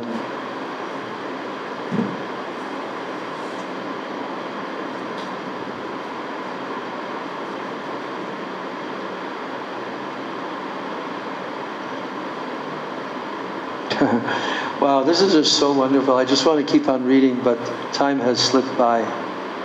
This is telling about how Hanuman gets captured, and then how the fire that they set on his tail felt to him as cool as ice.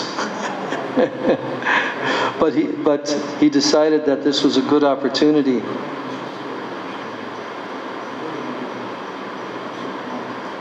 So as Hanuman went along Lanka's streets, because now he was captured, he was tied around his torso with thick ropes that bound his arms to his body.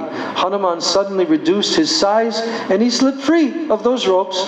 And with a shout of victory to Ram, he sprang into the air. He bounded across the rooftops. He made his way toward the city's northern gate. And as he leapt, he set fire to the mansions of the Rakshasas with his flaming tail.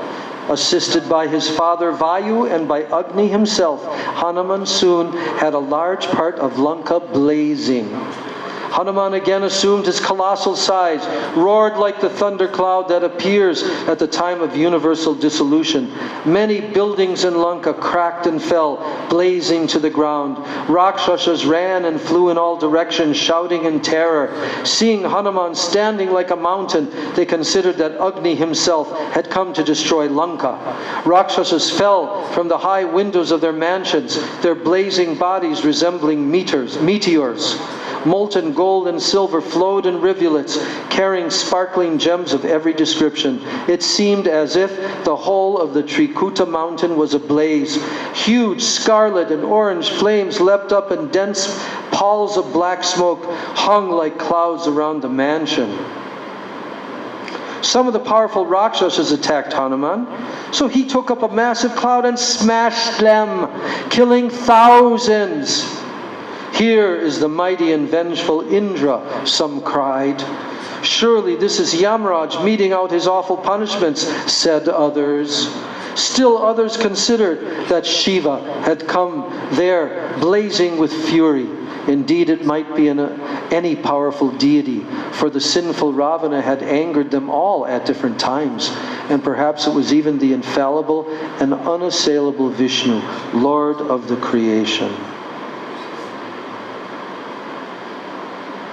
So Hanuman stood on the northern rampart, and he looked around at the blazing city, and seeing scenes of chaos and turmoil met his eyes on all sides. He felt satisfied with his work, and he decided that it was time to return to the mainland, and in the sky above him the gods and the rishis had assembled and were extolling him with choice poems. But then a sudden apprehension seized Hanuman. What about Sita? Surely the princes had been burned alive in this immense conflagration. How had he been so impetuous? Hanuman cursed himself for falling a victim to anger, and under the impulse of anger a person could kill his elders or rebuke those worthy of worship. He had let himself come fully under the sway of his fury, with no thought of the terrible consequences. What would happen now if Sita were killed? The monkey felt gripped by despondency. And even as Hanuman thought this, however, he heard from the sky the Charanas saying, Hanuman has achieved a great and marvelous feat. This city of Lanka, thickly crowded with demons, has been burnt on all sides. It now stands as if shrieking, and yet the gentle Sita has not been harmed in the least. So, reassured by their words, Hanuman decided then to depart. He leapt across to the Arista mountain on the northern shore of Lanka. As he ascended the mountain, which reached up to the clouds, large rocks broke under his feet, scattered down the mountainside. Deer and lions startled and fled in fear.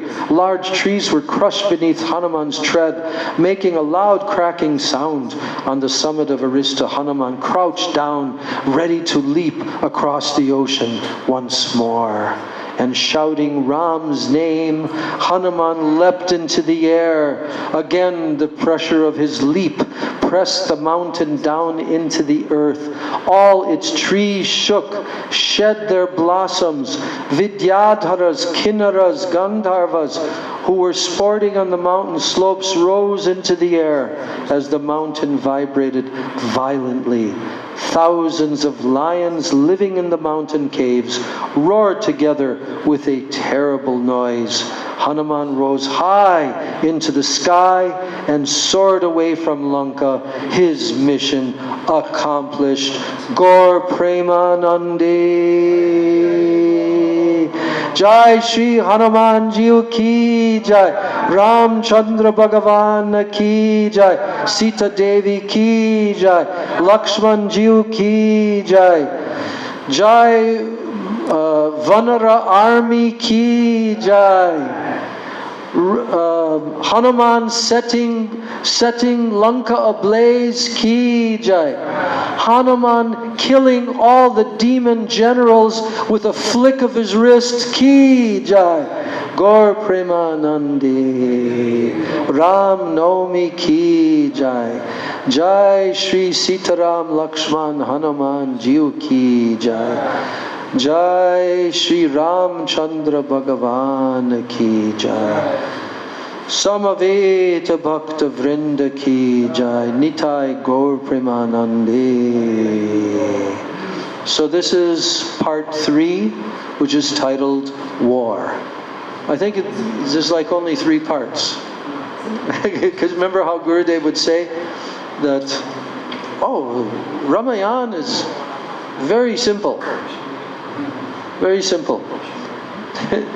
Ram was born, Ram killed such and such demons, then Ram was banished to the forest, then then Ravan came and kidnapped Sita, then Ram lamented and he made his army of monkeys, and Hanuman leaped, and then Ram crossed over to Lanka and killed Ravana, and then he reunited with Sita, and then he mounted a flower airplane and returned to Lanka victorious. That's the Ramayana. Hari Hari Bol. Gaur Premanande. So yeah, there are some epilogues at the end. And they're very interesting too, because like how, how Ravana was cursed and things leading up to all this. It's also there at the end of the book. So we'll complete our Ram Katha, but I thought this was really exciting. Actually, shame on me. I hadn't read this in all details. I'd read kind of... Everywhere in Los Angeles, you were reading like from the beginning, In Los Angeles? a long time, like just a few years ago. I remember you were reading from No. Mai's house. Where? And Deva Mai's house. Oh, no, maybe it was that I was just reading some portions or something. Could be. That could be. Because I was there on Ram-navami day in the year 2000. And I think you continued reading it. No, not much. Not much. That's the thing, So this just gave me the taste of the nectar that's in the Ramayana, It's such an amazing... I mean, look, this Ramayana is like the epitome of all stories. And it's been told for yugas and yugas all throughout the entire life of Lord Brahma. So, and it's in all the great Rajarshi dynasties since time immemorial. And that's also told in the chapter of the 9th canto, where Shukadev says to King Parikshit, you've already heard this many, many times, because he grew up in the palace. And in all the palaces. So in India, Ram reigns supreme. But I was reading all of Prabhupada's purports also, and it's very interesting, his purports. Very interesting. There's so much Siddhanta actually in his purports, which of course are coming from the different acharyas' purports. But he's talking so much about what is Ram Rajya. You know this term Ram Rajya? Means what?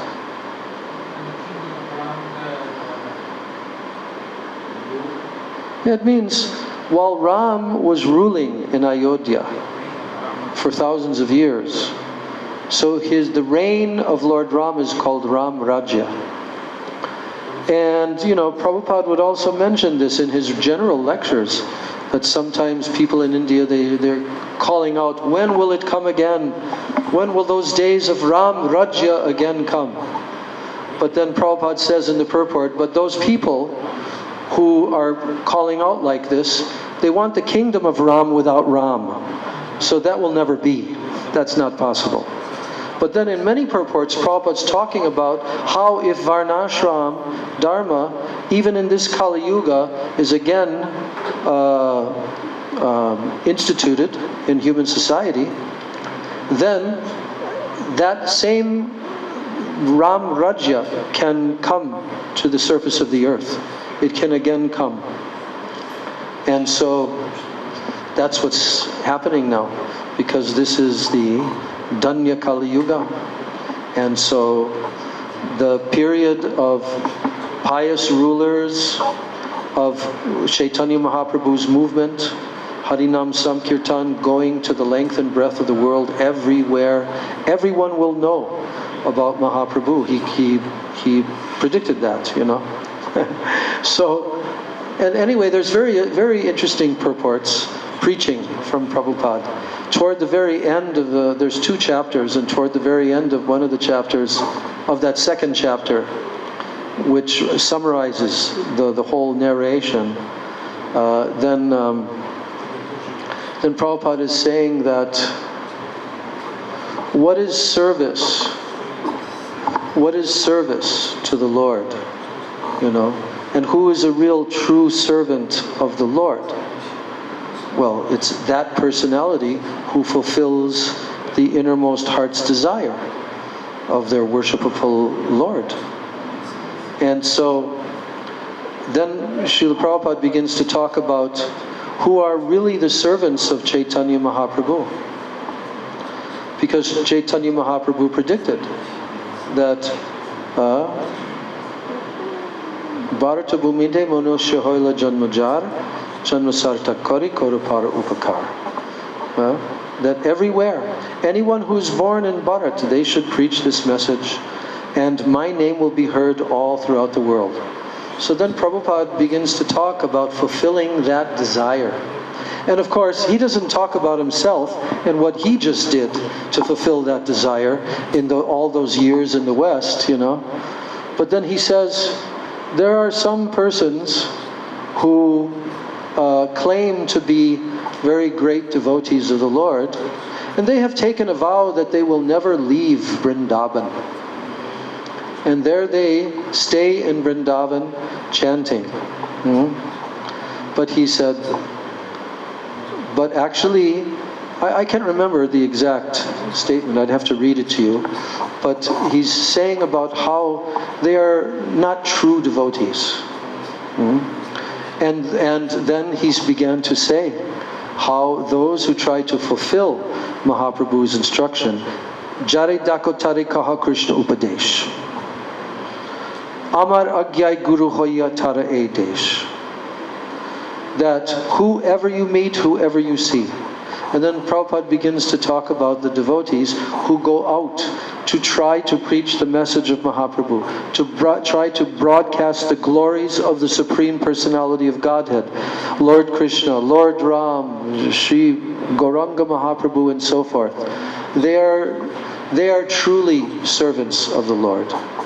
And the others, he uses a certain term, but I can't remember what it was, something like imposter devotees or something like that. So, you know, the pastimes of Lord Ram are showing this Maryada Purushottama. That's what they're showing.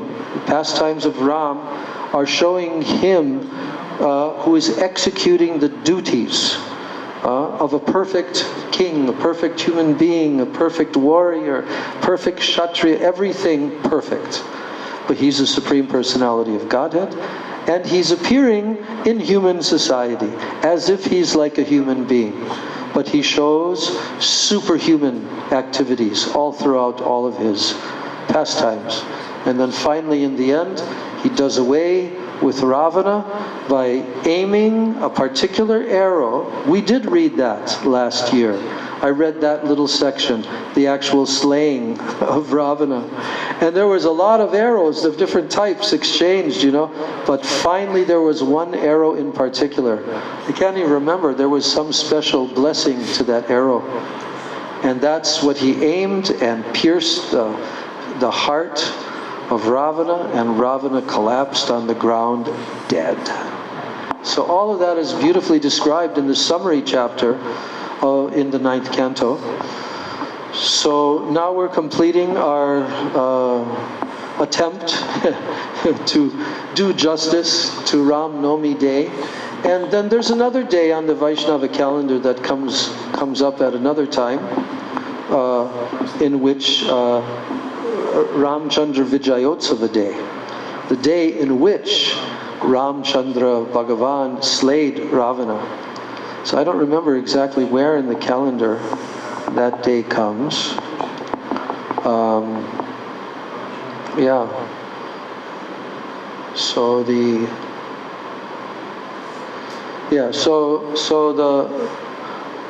pastimes of Lord Ramachandra, they are full of rasa also. They're full of rasa. But that rasa is in this other mood, Maryada Purushottama. So are these types of pastimes of the Supreme Lord, can they also nourish our attraction to Bhagavan Sri Krishna? Can they nourish our attraction to Him and understanding that actually He is the source of Ramchandra, He is the source of Balaram, He is the source of all, Sri Krishna? Yes, they can. So we should never shy away, but this is not our sadhana, is to worship and meditate upon Lord Ram. But on His appearance day, it's very sweet and wonderful to hear, because actually Ram is Krishna. He's none other than Supreme Lord Himself, Sri Krishna. You know, so just like we sing every morning in our Vibhavari Shesha Loka Pravesha, Nidra Chariyuta Jiva, Bolo Hari Hari, Mukunda Murari, Rama Krishna Hayagriva. And also, yes, Jayo Dasharati Ram. And then there's also Ravana Hantakara. What is it? Ravanantakara. Makanatashkara. So, anyway, we're so fortunate that we've come in this line of our beloved Gurudev and been able to hear. I'm going to listen to that tonight on my own, the remainder of Gurudev's lecture. I want to hear that. So sweet. So I'm ending here, and today, of course, we've fasted and taking Ekadasi remnants. So we will now proceed to our next location in this building, and we will take some very nice prasadam remnants, partly which has come from the temple and partly which has been cooked by our Gaurangi Devi Dasi. So we will see. But we will see. But somehow or other, this is not a huge number of devotees, but it's a large number of devotees. I think the children already took prasadam over at the temple, right? Yeah. All three of you? But they'll take a little bit more. Okay. Gaur Premanande. Let's sing one quick, just, maybe Raghupati Raghava or whatever to finish class.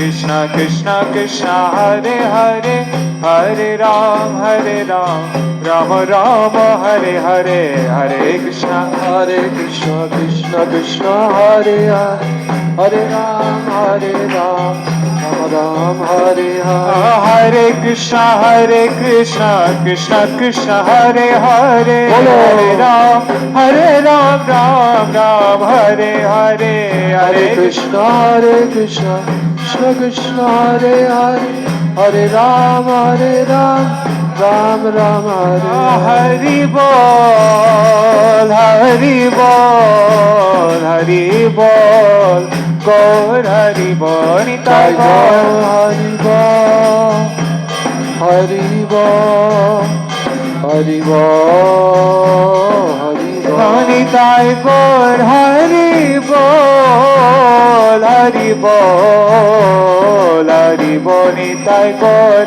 Hari Bol Hari Bol Hari Bol Hari Bol Jai Shri Ramachandra Bhagavan Ki Jai. Shri Ramachandra Bhagavan Ki Jai. Jai Shri Ramchandra Bhagavan Ki Jai. Shri Sitaram Lakshman Hanuman Ji Ki Jai. Shri Hanuman Ji Ki Jai. Gaur Premanande Hari Hari Bo. Om Vrindai Tulsi Debai Priyai Keshava Sacha Krishna Bhakti Pradidevi Sachavachai Namo Nama Pancha Kalpatarubhyascha Kripa Sindhubhyeva Cha Patitanam Pavanebhyo Vaishnavebhyo Namo Namaha. Srila Gurudev Ki Jai, Srila Prabhupada Ki Jai, Shri Bhakti Balabhatirtha Goswami Maharaj Ki Jai, Shri Rupanuga Guru Varga Ki Jai, Samaveta Bhakta Vrinda Ki Jai, Nitai Gaur Premanande.